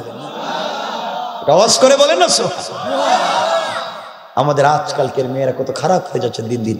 সব না, আরো কিছু মেয়ে আছে যে ছেলে দাঁড়িয়ে রেখেছে, নামাজ পড়ে, এমন একটা ছেলেকে যদি বাপ ঠিক করে, মা একটা ছেলে নামাজ পড়ে দাঁড়িয়ে রেখেছে, তোমাকে বিয়ে দিতে চাই, তুমি কি রাজি? আব্বা কোন কি দরকার হলে হারপিক খাই মরে, কিন্তু দাড়িওয়ালা ছেলেকে আমি বিয়ে করবো না। আচ্ছা বলেন তো, আমি রাখি দাঁড়িয়ে রাখছি, খারাপ লাগতেছে। যেই মেয়েটা দাড়িওয়ালা, নামাজি, মিসওয়াকওয়ালা, সুন্নতের পাবন এমন একটা ছেলেকে বিয়ে করতে চায় না, ওরে বিয়ে করবার দরকার নাই, ঠিক কিনা বলেন? যে মুরব্বীরা ঠিক কইতেছে, ওরা জন্মে আর বিয়ে করতে পারতো না, কারণ বউ যেটা আছে ওটা মাইরে ফেলাই দিল। যারা ঠিক কইবে এরা কয় না, জওয়ানেরা বলো ঠিক কিনা? মুরব্বীরা ঠিক করে। আমি তো আফসোস চিন্তা করতেছি এরা দ্বিতীয় বিয়ে করবে কিনা, তাতে গরম মাইল লেগেছে। আফসোস, আমি সেদিকে আলোচনা যেতে চাচ্ছি না আজকে, কেন জানি পারতেছি না মনে হচ্ছে। এজন্য মনে রাখবেন, পরিবারকে সুন্দর করুন, স্বামী স্ত্রী সম্পর্ক চমৎকার করুন। আমাদের দেশে মানুষ মসজিদে নামাজে আসে না। মিশরে একবার আইন করা, মিশরে একটা আইন না, সরি এটা দেশের আইন না, এটা এলাকায় একটা মসজিদে ইমাম সাহেব দেখেন কোন মানুষ মসজিদে নামাজে আসে না, ফজরের নামাজে নাই। ইমাম সাহেব জুমার নামাজে বললেন আগামী কালকে যদি কাউকে আমরা ফজরের নামাজে মসজিদে না পাই, তাহলে আমরা তাকে দ্বিতীয় বিয়ে দিব, তাকে দ্বিতীয় বিয়ে করাবো। এই ঘোষণার পরে পরের দিন ফজরের নামাজে দেখা যায় রাস্তাঘাটেও জায়গা নেই, সব ভরে গেছে। ইমাম সাহেব জিজ্ঞাসা করো নাকি? বউ তো রাত্রে ঘুমায় না, সারা রাত পাহারাদারি করতেছে, ঘুমাইতে পারবে না। ফজরের আগে মসজিদে পাঠাই দিছে, কারণ আমার ঘাড়ে সতীন চড়াইতে চাই না। চিন্তা করলেন যে তুমি যদি না চাও, তাহলে হুজুর যে ঘোষণা দিছে যদি দ্বিতীয় বিয়ে করায়, তাহলে আমার সব শেষ, তোমার বিয়ের দরকার নাই। আমি সারা রাত জায়গায় তোমার হাত পা টিপে দিলাম, পানিটা গরম করে রাখলাম, তুমি যাও নামাজে যাও। সুবহানাল্লাহ বললেন না? দেখা যায় পরের দিন থেকে খেদমতের অভাব নাই, নাস্তার অভাব নাই, ওরে আল্লাহ সব ঠিক। আমার মনে হচ্ছে এগুলো না করলে আমাদের সমাজ ঠিক হওয়ার সম্ভাবনা নেই। আর ছেলেরা যারা আছে, যুবকেরা, হেরা কয় হুজুর এই কাম হইলে তুই ছিলই, দ্বিতীয় বিয়ে কেন? আমরা তো 5-6টা করতে রাজি, ঠিক কিনা? এরা সবকিছুতে ঠিক করতেছে, এটা একটা কইরেই মানুষ মরতেছে। হ্যাঁ, 3-4টা করবো কেন? একটা কইরে লাইফ চলে না মানুষ। আমার বন্ধুগণ, যাই হোক, কত সংক্ষেপ। হযরতে ফাতেমা রাদিয়াল্লাহু তাআলার কাছ থেকে মেয়েটা বাড়ি থেকে বাপের কাছে বলছে, বাপ তো গরম। মেয়েটা একটা গরম বক্তব্য দিয়ে দিল, বাবা আমি ফাতেমা এই পৃথিবীতে একটা ভদ্র মেয়ে, আমি তাকে ছাড়া কিন্তু বিয়ে করব না। সুবহানাল্লাহ নাই? আপনাদের ঠান্ডা লাগলো? একটু জোরে বলা যাবে না? বাপ যখন দেখলো মেয়ে মাত্র একটা, যে হারে বাঁকা হইছে, বেঁকে বসছে, ফাতেমা ছাড়া বিয়ে করবেই না, এলাকায় তো মান সম্মান থাকবে না, তাহলে এর চাইতে বিয়ে করাই দেওয়া ভালো। ইহুদি সিদ্ধান্ত নিয়েছে, পরিকল্পনা করে, মা আমার আপত্তি নাই, তুমি ফাতেমাকে বাড়িতে নিয়ে আসতে চাও, আপত্তি নাই, তাও বিয়েতে রাজি হয়ে যাও, ফাতেমাকে নিয়ে আস। মেয়েটা খুশি হয়ে গিয়েছে। বাপ বলছে, মেয়ে আমার কিন্তু একটা শর্ত আছে। এমনি এমনি বলিনি। বাবা তোমার আবার শর্ত কি? ইহুদি বলছে, মা শোনো, আমরা এই দামি সোসাইটির মানুষ, আমাদের পয়সার অভাব নাই, আর ফাতেমা যার বাবা মোহাম্মদ ইবনে আব্দুল্লাহ 3 বেলা 1 বেলা খাবার পায় না, ঘরটা ভাঙ্গা, গরিবের মেয়ে ফাতেমা ছেঁড়া পুরাতন কাপড় পরে, সে যদি তোমার বিয়েতে আসে, সোসাইটি মেইনটেইন করে আসতে হবে, এই পুরানা ছেঁড়া কাপড় পরে আসতে পারবে না, একটা নতুন পোশাক নিয়ে আসতে হবে। সোসাইটি সবাই যেভাবে দামি দামি অর্নামেন্টস, জুয়েলারি, দামি দামি কাপড় পরে আসবে, ফাতেমা কেউ কমপক্ষে একটা দামি নতুন জামা পরে আসতে হবে। ইহুদির চিন্তা হলো, ফাতেমা নতুন কাপড়ও পাবে না, আসতেও। কত বড় পরিকল্পনা করছে। ফাতেমা আসতে দিবে না। মেয়েটা দৌড়াইয়া ফাতেমার কাছে এসে বলছে, বোন, কাঁদতেছে, বলতেছে, বোন আমার বাপ তোর নাম শোনার পরে যেন হের আগুন লেগে গেছে, কোনোভাবেই রাজি না। এক শর্তে রাজি হয়েছে, শর্ত দিছে, তুমি যদি আমার বিয়েতে যাও, তাহলে একটা নতুন কাপড় পরে যাইতে হবে। ফাতেমা এই কথা শুনে চোখের পানি ছেড়ে দিলেন, সিজদায় পড়ে আল্লাহকে ডাক দিয়া বলেছেন, আল্লাহ,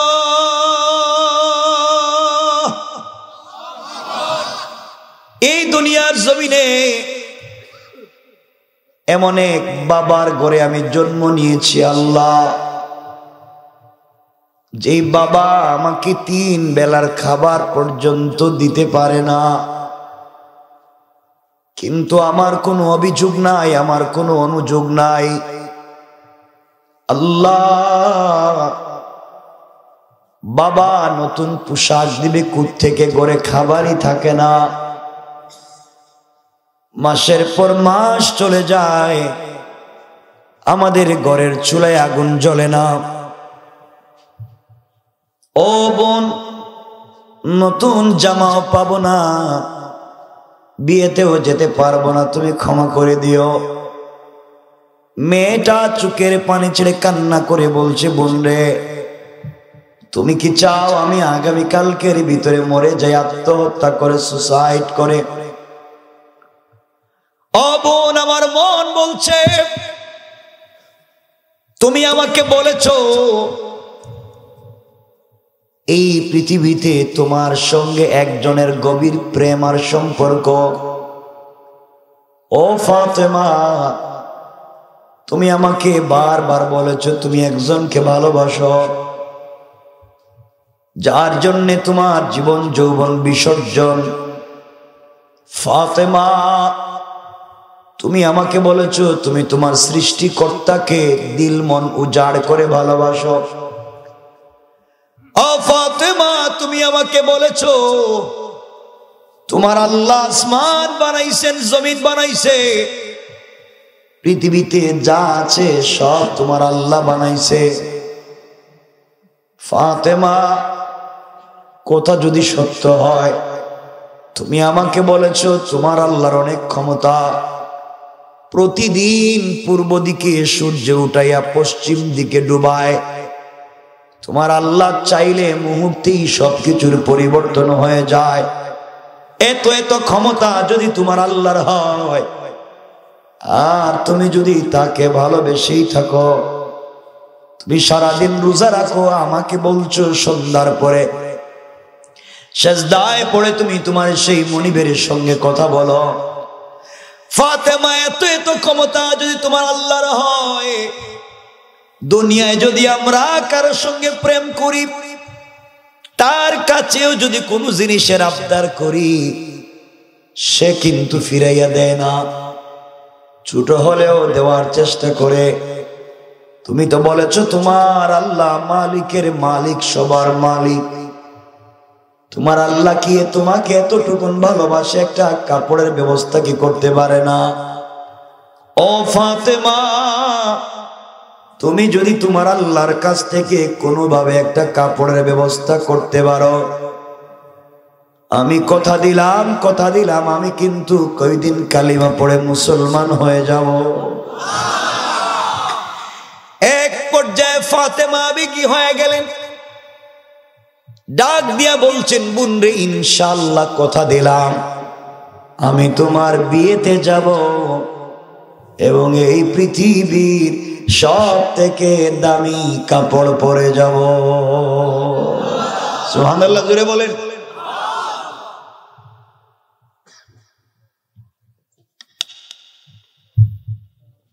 মেয়েটা খুশি হয়ে গেছে, বাবার কাছে কি বলছে, আব্বা তুমি বলছিলে ফাতেমা আসতে পারবে না, আজকে বলছে ও আসবে এবং একটা দামি কাপড় পরে আসবে। কথা কইস না, থাকবার ঘর নাই, খাওয়ার মতো পয়সা নাই, পরবার মতো কাপড় নাই, আর হে নাকি নতুন জামা কাপড় পরে আইব, বাপে এই পয়সা নাই, কোত্থেকে আইব? এভাবে ছোট করে এক ধরনের অসম্মান করে কথা বলল। আল্লাহ শুনে ফেলছেন। আল্লাহ আকবার নাই। কে শুনে ফেলছেন? আল্লাহ সিদ্ধান্ত নিয়েছেন, কিরে, যে আমার প্রেমে পাগল, যে আমার জন্য সেজদায় পড়ে কান্দে, তুই বললে তাকে আসতে দিবি না, তুই তাকে আসতে দিবি না, আর আমি কথা দিলাম ফাতেমাকে বাড়িতে পাঠাবো। এত আসতে না, জোরে বলেন, জোরে বলেন। নাকি 12:30 হয়ে গেছে কিন্তু না, আমি বুঝতেছি না, কিন্তু অনেক রাত্র হয়ে গেছে না।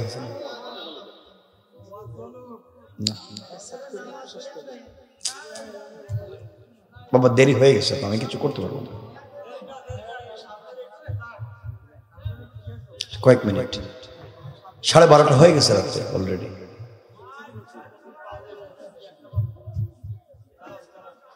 না, আমি এত লম্বা করবো না, আমি কয়েক মিনিট কথা বলবো। আরে আপনারা যদি বলেন একটা দুইটা কি হবে নাকি?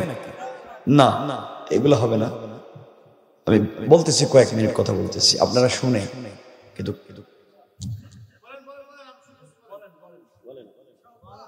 আপনারা চাপাচাপি করলে তো, আপনারা চাপাচাপি করলে ওই জায়গায় রেখে দেয়।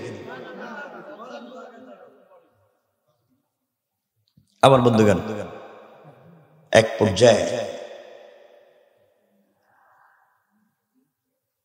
1 মাস পরে বিয়ে, যেদিনই কথা হইছে, কতদিন পরে বিয়ে? ধরেন 1 মাস শেষ, মানে 1 মাসের ওয়াজ রেখে দিলাম। এক মাসে অনেক কিছু ঘটছে, ঝামেলা হইছে, এরপরে অনেক কিছু কিনতে হইছে। ফাতেমার কাছে বারবার আসছে, বাপের সঙ্গে ঝামেলা হইছে, ও অনেক কথা আছে, এটা রাইখা দিয়ে ওইতাম না, ডাইরেক্ট বিয়া। আগামীকাল কি বিয়া? কোন দিন? সবাই বলেন। মেয়েটা এইভাবে সন্ধ্যার পরে ফাতেমার কাছে এসে বলছে, বোন কালকে না আমার বিয়ে, তুমি কি কাপড় পেয়েছো? ফাতেমা বলছেন, বোন সত্য কথা কি, কালকে যে তোর বিয়ে এটা তো আমি ভুলেই গেছি, আর তো মনে নেই। মেয়ে বলছে, ফাতেমা তোমার যদি মনেই থাকে না তাহলে তো কাপড়ও নাই। না কাপড় পাই মুখে, তাইলে তো কালকে তুমি বিয়েতে যাবা না, তাহলে তো আমার মরা ছাড়া কোনো পথ নাই, তুমি নাই, আমি আজকে রাত্রি মরে যাব। ফাতেমা বলছেন, বোন টেনশন করিস না, আমি যার সাথে প্রেম করি, যাকে মন প্রাণ উজাড় করে ভালোবাসি, যার সঙ্গে দিলের কথা বলি, কাউকে বলি না,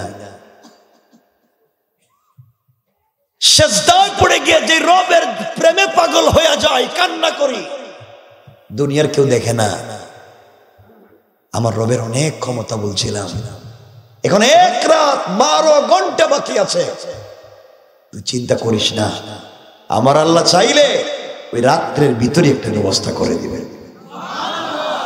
এই আওয়াজে না, আরো জোরে, আর একটু জোরে। মেয়েটা খুশি হইয়া চলে গেছে, রাত্র গভীর হয়ে গেছে। আমাদেরও ফাতেমা, হযরতে ফাতেমা রাত্র গভীর মুসল্লা বিছাইয়া দিয়েছে। ওই যে আলোচনার শুরুতে বলছিলাম, চাইতে হয় কোথায়? কোথায়? এই দেখেন, শুধুমাত্র আলোচনাটা মিলাবার জন্য কথাগুলো বলতেছি। কোথায় চাইতে হয়? হযরতে ফাতেমা মুসল্লা বিছাইয়া দিয়েছে। আমার বন্ধুগণ, ফাতেমা সিজদায় পড়ে গেলেন, চোখের পানি ছেড়ে কান্না করে ডাক দিয়া বলেছেন, আল্লাহ,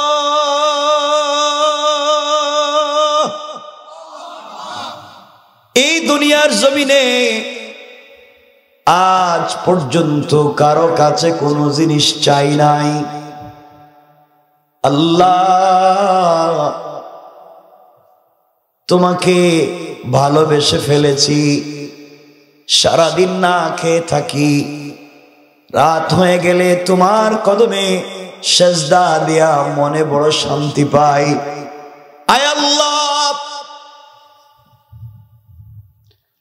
আমাকে এমন এক বাবার ঘরে জন্ম দিয়েছো, বাবা 3 বেলার খাবার দিতেও পারেন না,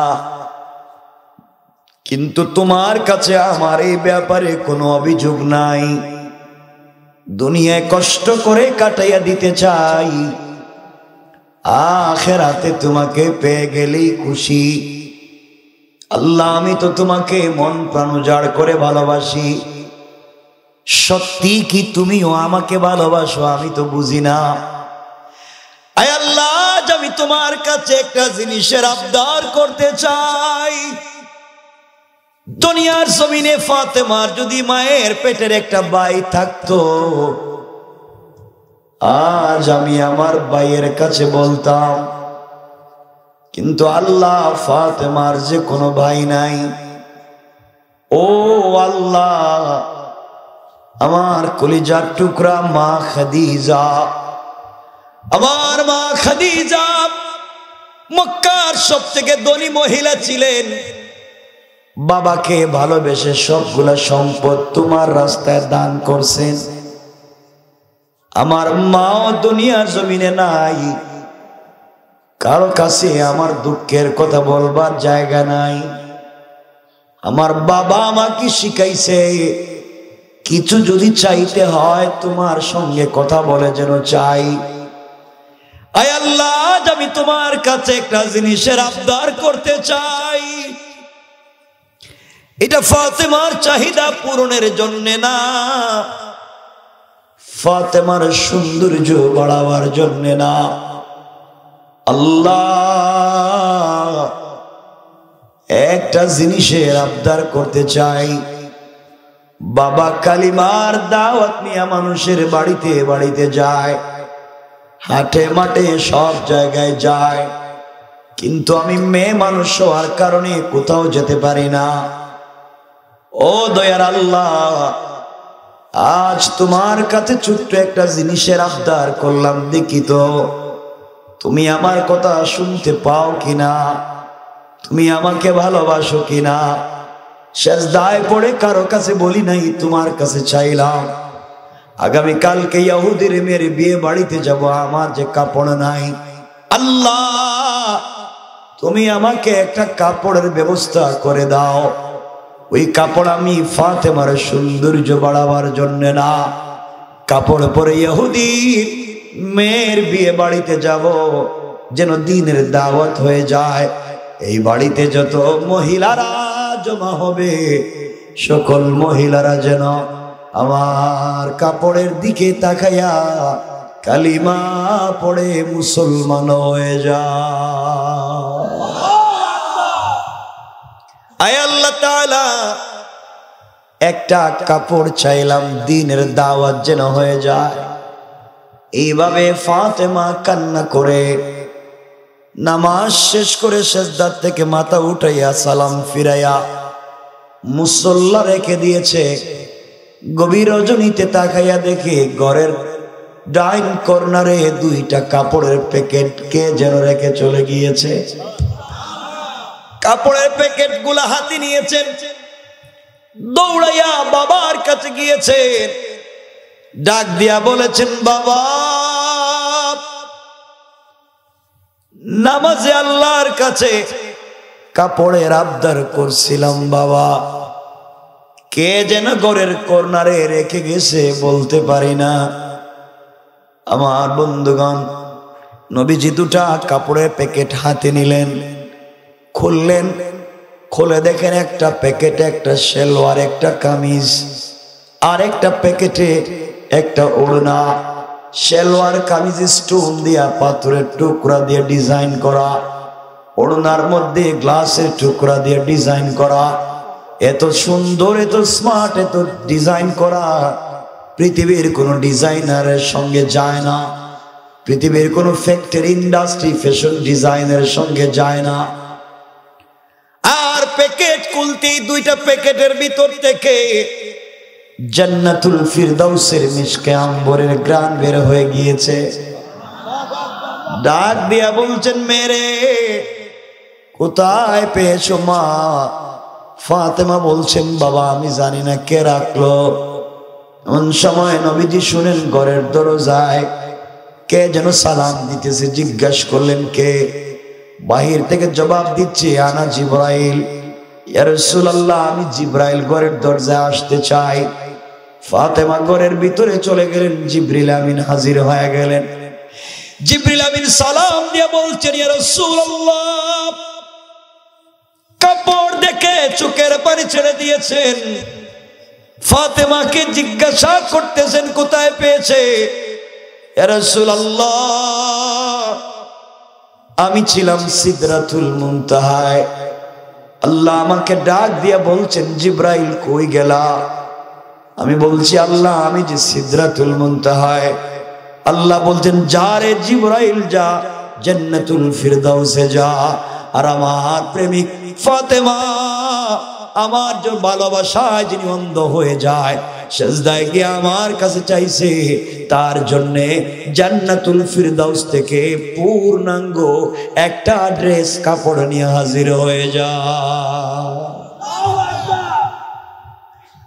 ইয়া রাসূলুল্লাহ, আমি তো ওই কাপড়টা আমি রেখে গেলাম। জিবরিল আমিন চলে গেলেন। রাসূল কতক্ষণ কাঁদলেন, আহারে আমার মা মরা মেয়ে, কিভাবে কিভাবে বাঙ্গা ঘরে থেকে আল্লাহর সঙ্গে কত সম্পর্ক করছে।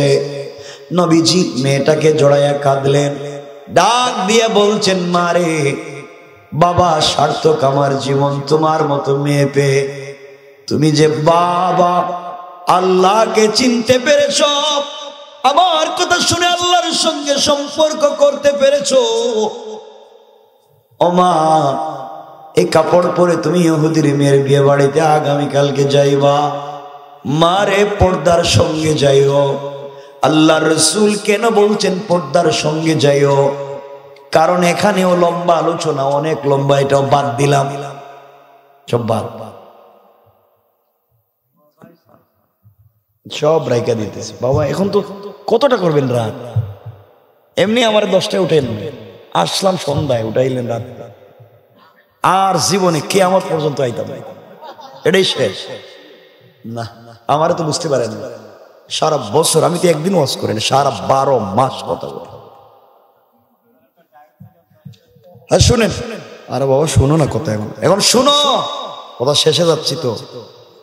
এই যে রসুল বললেন পর্দা করে যাইও, এখানে লম্বা আলোচনা। কারণ মেয়েরা যেদিন নতুন জামা পরে, নতুন পোশাক পরে, একটু আলতা লাগায়, লিপস্টিক লাগায়, আশকারা মাস্কারা, এরপরে হিল জুতা পরে, যেদিন স্মার্ট হয়ে যায়, এক্সট্রা অর্ডিনারি করে ফেসে, ওই দিন কিন্তু আর পর্দা করে না, ঠিক কিনা? যেদিন সে বিয়ের পার্টিতে যায়, বিভিন্ন পার্টিতে যায়, গায়ে হলুদে যায়, বা আরো নানান অনুষ্ঠানে যায়, অথবা সেন্টারে যায়, অথবা মার্কেটে যায়, ওই দিন কিন্তু পর্দা করে না, না করে? খুব সাজগুজ করে পর্দা করে, তো সাজগুজ দেখবো কে? কিন্তু আমার কষ্ট ওই জায়গায় না, আমার কষ্ট ওই সমস্ত স্বামীর উপরে। দেখবেন কিছু, সব না, আপনাদের রায়পুরা, রায়পাশা, মোহাম্মদপুরের হয়তো মহিলারা অনেক ভদ্র, ঠিক কিনা? সবাই কইতেছে না, কারণ জানে তো তার ঘরে যে কি একটা আজরাইল আছে, ঠিক কিনা? এটাও কই ঠিক, মানে তোমার আপনাদের বউ কি আজরাইল? এটা কইল ঠিক। যাক, আমি সব কথা তো আর বলতে চাই না আজকে। তো এক পর্যায়ে তো দেখবেন মাঝে মাঝে অনেক স্ত্রীরা মার্কেটে যায়, খুব সাজগুজ করে যায়, স্বামী সাথে থাকে, বউ গুন্ডার মতো মার্কেটে যাইতেছে, ব্যাগটেক সাথে নিয়ে, পয়সাপত্র তার কাছে, স্বামীর কাছে কিচ্ছু নেই, আর ও বেচারা বাচ্চা একটা কুলে নিয়ে পিছনে এইভাবে করতেছে, ঠিক না বলেন? ও পিছে পিছে যাচ্ছে, আর বউ সামনে সামনে যাচ্ছে, কথা বলেন না কেন?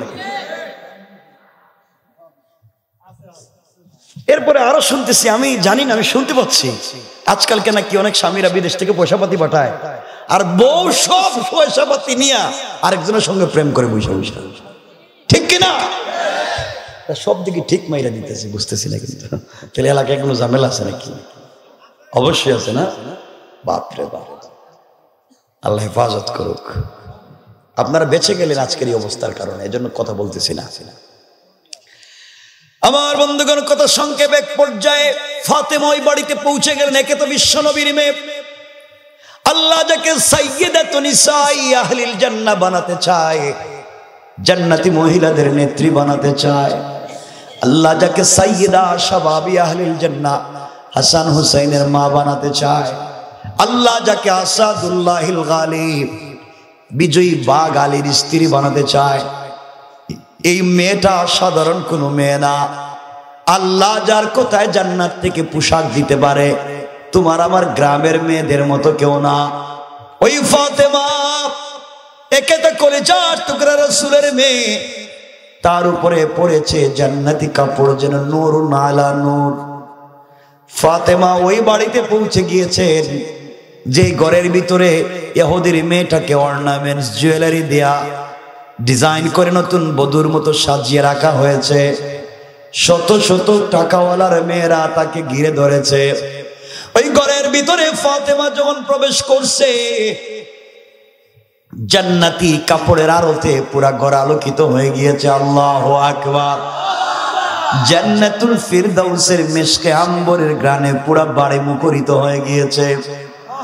ওই বাড়ির সকল মহিলারা ওই মেয়েটাকে, যেই মেয়ের বিয়ে হওয়ার কথা, তাকে বাদ দিয়া ফাতেমার কাছে এসে বলছে, ফাতেমা, আমরা মনে করেছি তুমি গরিবের মেয়ে, আজকের বিয়েতে তুমি আসতে পারবে না, কিন্তু এত ডিজাইন করে এত চমৎকার কাপড় কোথায় পেয়েছ? আমরা টাকাওয়ালার মেয়েরা এমন ডিজাইনের কাপড় কোনো মার্কেটে পাই নাই, তুমি কোথায় পাইছো? কোন মার্কেট থেকে কিনছো বা কে দিল? ফাতেমা বলছেন, বোন রে, একটু চোখ দিয়ে ভালো করে দেখা নাও, আপনাদের কপালে এমন কাপড় নাই, আমি কিন্তু মার্কেট থেকে কিনে আনছি। থেকে মহিলাদের জিদ কম না বেশি? একটু জোরে কর না, একটু উল্টাপাল্টা করলে দেখবেন ভাত দিছে না, তরকারি দিছে, লবণ দিছে না, ঠিক না? চিন্তা করছো পুরে মাইরা আমার আব্বা কো, এটা কোনো কথা হইলো? এরপরে স্ত্রীরে মারতে মারতে কয় তোরে তালাক দিলাম, তোর বাপরেও তালাক দিলাম। আচ্ছা বাপরে কি তালাক দেওয়া যায়নি কোন? তো এই জন্য এইদিকে যাচ্ছি না। আপনারাও যে কম খারাপ না এটা কিন্তু কথা না, আপনারাও মারাত্মক জিনিস। বলতেছি নাকি আজকে? যাই হোক, মেয়েরা বলতেছে ফাতেমা এত ডিজাইনের কাপড় কোথায় পেয়েছো? ফাতেমা বলছেন কিনে আনছি। যে ইহুদির মেয়ের বিয়ে হওয়ার কথা, ও তার বাপের কাছে গিয়ে বলছে আব্বা তুমি না বলছিলে ফাতেমা আসতে পারবে না, এমন ডিজাইনের কাপড় পরছে, আমারে যেটা আপনি কিনে দিয়েছেন ওটা দিয়ে তো ফাতেমার জুতো মুছা যাবে না। এত আসতে বলা যাবে না কিন্তু, আরো জোরে বলেন, জোরে জোরে। মেয়ে বলতেছে আব্বা আমি আপনাকে কথা দিলাম ওই ফাতেমার মতো ড্রেস যদি আমাকে না দেন আমি কিন্তু বিয়ে করতাম না। এখন কেমনি বিয়ে হইতো কোন? আজকে বিয়ের তো সম্ভাবনাই বন্ধ হয়ে গেছে। এই বাড়িতে যত মহিলারা জমা হয়েছে সকল মহিলারা গিয়ে দেখছে স্বামীরা খাইতেছে, কয়েক খাবার বন্ধ, কেউ খাইতে পারবে না। কি হয়েছে? তোমরা যে খাইতেছো, আমাদেরকে যে ডিজাইনের কাপড় দিছো, ফাতেমা যে কাপড় পরছে, আল্লাহ সৃষ্টি করতেই জানে কি দিয়ে বানাইছে কাপড়, কি ডিজাইনার, কি পারফিউম। খাবার বন্ধ, একটা পানিও খাইতে পারবে না যতক্ষণ পর্যন্ত কাপড় আমাদেরকে না দিবা। বলেন তো পেস লাগছে না? কথা বলেন না কেন? আপনারা হইলে তো কইতেন বউ তোর পায়ে ধরি আজকের মতো খাইতে দে, ঠিক কিনা? এটাও কই ঠিক। এরা কি তো বউর পায়ে ধরবে? আমি বুঝলাম না, এরা যা কই কই ঠিক করে। আমি ঠিক কিনা বললাম কি আপনারা ঠিক বলে দিতে? আমি আপনার তো বাস্তবতা চিনি, কইলাম বউয়ের পায়ে ধরবেন, কই ঠিক। আমার বন্ধুগণ যাক, বাড়িতে একটা প্যাস লাগছে। মহিলারা বলছে ফাতেমা বলো কোন মার্কেট থেকে কিনছো, কোন দোকান থেকে কিনছো তো দামি কাপড়? ফাতেমা বলছেন আমি যে মার্কেট থেকে কিনছি তোদের বাপ দাদা 14 গোষ্ঠী মার্কেটের নামও শুনো নাই। সুবহানাল্লাহ বলেন। মহিলারা কই কও কি? আমরা মাগুরা মোহাম্মদপুরের সবগুলো মার্কেট চিনি, এমনকি মার্কেটের সিপাগল্লিও চিনি, এমনকি মার্কেটের ম্যানেজারের মোবাইল নম্বরও আছে। কথা বলেন না কেন? স্বামীর কাছে নাই, বউর কাছে মার্কেটের ম্যানেজারের নম্বর আছে, ঠিক না? আরো অনেক কথা। যাই হোক আমার বন্ধুগণ, তো মহিলাদেরকে যখন শুধু বলতেছেন তারা তো শুধু রাগ করতেছে, কি রে থ্রেট দিতেছে গরিবের মেয়ে, বারবার বলতেছে আমরা কিনতে পারবো না, পয়সা পাতি নাই। ও পাইলো কই?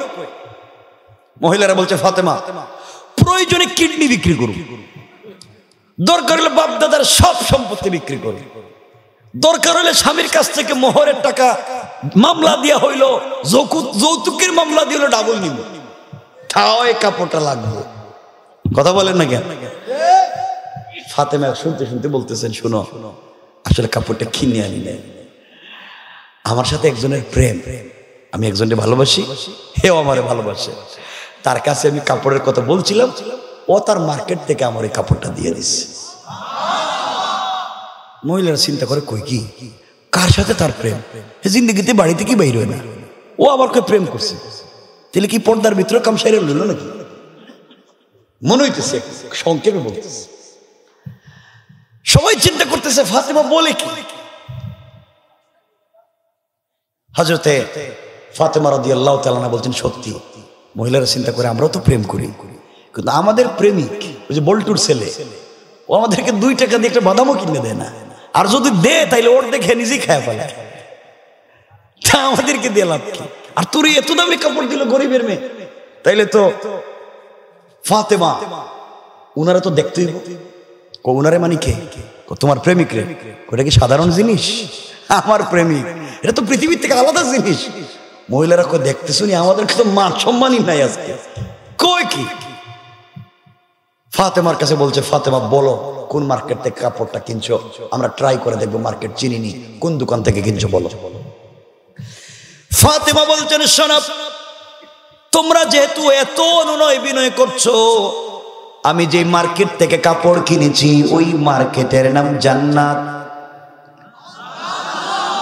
আর যে দোকান থেকে কাপড় কিনেছি ওই দোকানের নাম হলো জান্নাতুল ফিরদাউস। মহিলারা চিন্তা করে জান্নাত জান্নাতুল ফিরদাউস কই কি? আমাদের মার্কেটের নাম তো সলিমুদ্দিনের মার্কেট, আর দোকানের নাম বল্টু মিয়ার দোকান, আর ও বলতেছে জান্নাত জান্নাতুল ফিরদাউস। ফাতেমা, এটা কোন দিকে যায়? কোন দিকে মার্কেটের রাস্তা?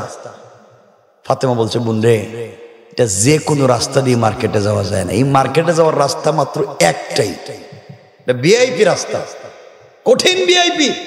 তোমাদের মতো লোক এই রাস্তাতে যাইতে পারবে না, এটা আমার মতো ভিআইপি।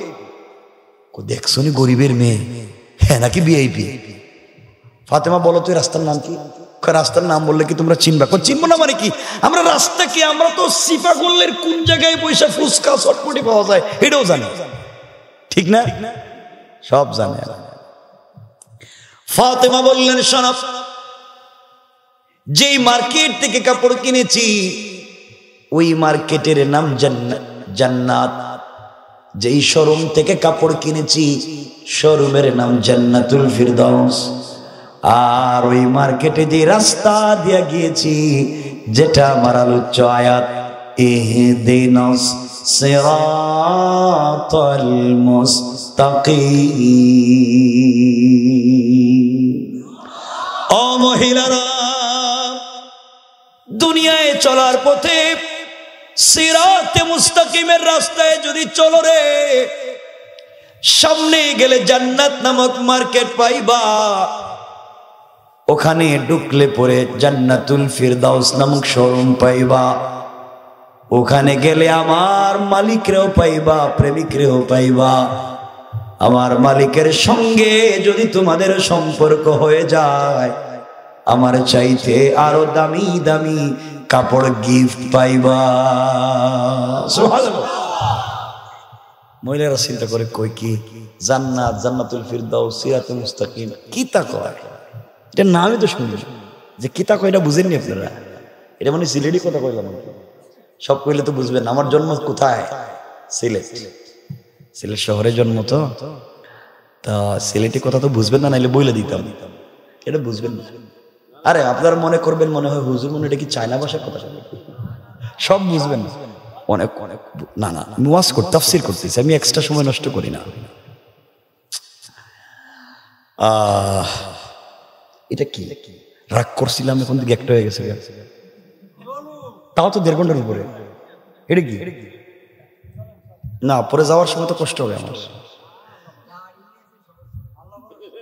এখন যে রাস্তাতে ডাকাতি হয়, আগে কম হইতো এখন বেশি হয়।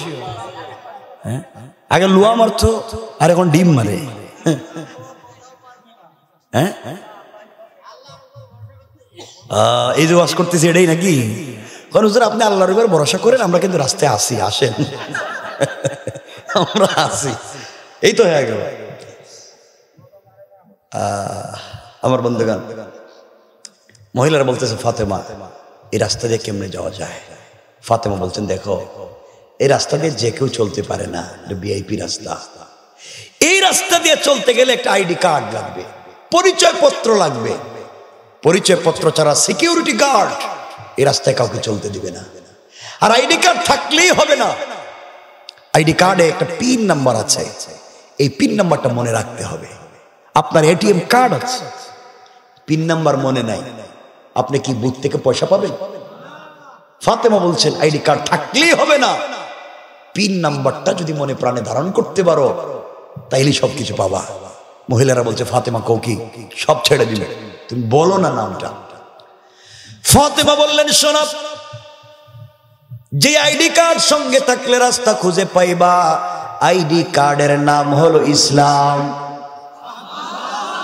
আর পিন নাম্বার হলো লা ইলাহা ইল্লাল্লাহ মুহাম্মাদুর রাসূলুল্লাহ।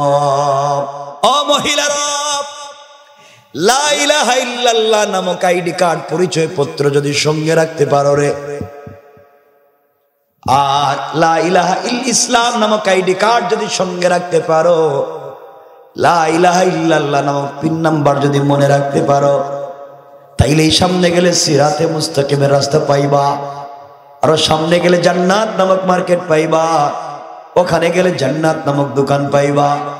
মহিলারা বলছে, ফাতেমা তুমি গরিবের মেয়ে, এমন মালিকের সঙ্গে সম্পর্ক করে যদি এত কিছু আদায় করতে পারো, এত কিছু জানতে পারো ফাতেমা, আমরা ধনীর মেয়ে হয়েও পারলাম না। ফাতেমা বলো না ওই মার্কেটে আর কি আছে? ফাতেমা বলছেন, এমন 8-10টা মার্কেট আমার মালিক যিনি, আমার প্রেমিক যিনি, তার সব তার, সে যাকে চায় তাকে দিতে পারে। ও ফাতেমা, আমরাও কথা দিলাম, আমরাও ওখানে যেতে চাই, তোমার মালিকের সঙ্গে দেখা করতে চাই, আমরাও জান্নাতে যেতে চাই। আমরা এমন সুখের জীবন ছেড়ে কেন এমন খারাপ জীবনে থাকবো? বলো না কোন মেম্বার, কোন চেয়ারম্যান, কোন ইউনিয়নে আইডি কার্ড বিতরণ করে পিন নাম্বার দেয়? ফাতেমা বলছেন, এই আইডি কার্ড কোন চেয়ারম্যান মেম্বার দেয় না, এই আইডি কার্ড বিতরণ করেন একমাত্র আমার বাবা। আল্লাহু আকবার বলেন। ওর বাপ ছাড়া ইসলাম নামক আইডি কার্ড কারো কাছে নাই। আমার বাপ তুই আইডি কার্ডের কথা কয়, আমার বাপ তুই পিন নাম্বারের কথা কয়, আমার বাপ তুই সিরাতে মুস্তাকিমের কথাই কয়, আমরা বাপ তুই জান্নাতের মালিকের সঙ্গে সম্পর্ক করানোর কথাই কয়। তোদের বাপ দাদারা আমার বাপরে দেখতে পারে না, আমার বাপ কিচ্ছু কয় না, শুধুই জান্নাতের পরিচয়টা দেয়, এই মালিকের পরিচয় দেয়, এই প্রেমিকের সঙ্গে সম্পর্ক করাইয়া দেয়, এই রাস্তার কথা কয়, এই আইডি কার্ডের কথা কয়। তোদের বাপ দাদারা আমার বাপরে দেখতে পারে না। মহিলারা কয়, তাই যদি সত্য হয় আমরাও কিন্তু এই আইডি কার্ড নিয়ে যাইতে চাই। এই আওয়াজ দিলেন মাত্র। ফাতেমা বলছেন, এই আইডি কার্ড নিতে গেলে তো হয়তো বাপ দাদার সাথে সম্পর্ক থাকবে না, স্বামী স্ত্রীর সাথে সম্পর্ক থাকবে না, এসব বাদ দিয়েও কি পারবা? ফাতেমাকে মহিলারা বলছে, ফাতেমা তুমি যদি গরিবের মেয়ে হইয়া এই মালিকের সঙ্গে সম্পর্ক করে এত কিছু আদায় করতে পারো, আমরা দুনিয়ার সাধারণ সম্পর্ক বাদ দিয়া এই মালিকের সঙ্গে কেন সম্পর্ক করতে পারবো না? আল্লাহু আকবার। সংক্ষেপ করতে এই কথা বলে, একসাথে 350 জন মহিলা অথবা 472 জন মহিলা ফাতেমার কাপড়ের দিকে তাকাইয়া একসাথে কালিমা পড়ে মুসলমান হয়ে যায়। চিন্তা করতে পারলে সবাই মুসলমান হয়ে গেছে। আমার বন্ধুগণ, এখন চিন্তা করুন এই বাড়ির অবস্থা কি? একটা পুরুষও মুসলমান হয় নাই, যেই মেয়ের বিয়ে হবে সেও মুসলমান হয়ে গেছে, যার সাথে বিয়ে হবে সে মুসলমান হয় নাই। এই বাড়িতে এই মুহূর্তে কি ঘটতেছে চিন্তা করে। স্বামী স্ত্রীর সাথে, বাচ্চাদের সাথে, ফ্যামিলির সাথে এই মহিলাদের কি ঘটতেছে এই মুহূর্তে? ফাতেমার কি অবস্থা? ওই মহিলারা স্বামীদেরকে কেমনে কি বলে পরিবারকে বুঝ দিল, কি হইল? ফাতেমা কেমনে বাড়ি পর্যন্ত আইলেন? ফাতেমার কাপড়টা বর্তমানে কই আছে? কারণ ইব্রাহিম আল্লাহ নমরুদের আগুনে একটা কাপড় দিয়েছিলেন, ওইটা কই আছে? ইউসুফকেও গর্তে পড়ে যাওয়ার পর একটা কাপড় দিয়েছিলেন, ওইটাও কই আছে? ফাতেমাকেও আল্লাহ একটা কাপড় দিয়েছেন, ওইটা কই আছে? সব রাইখা দিলাম, কইতাম না।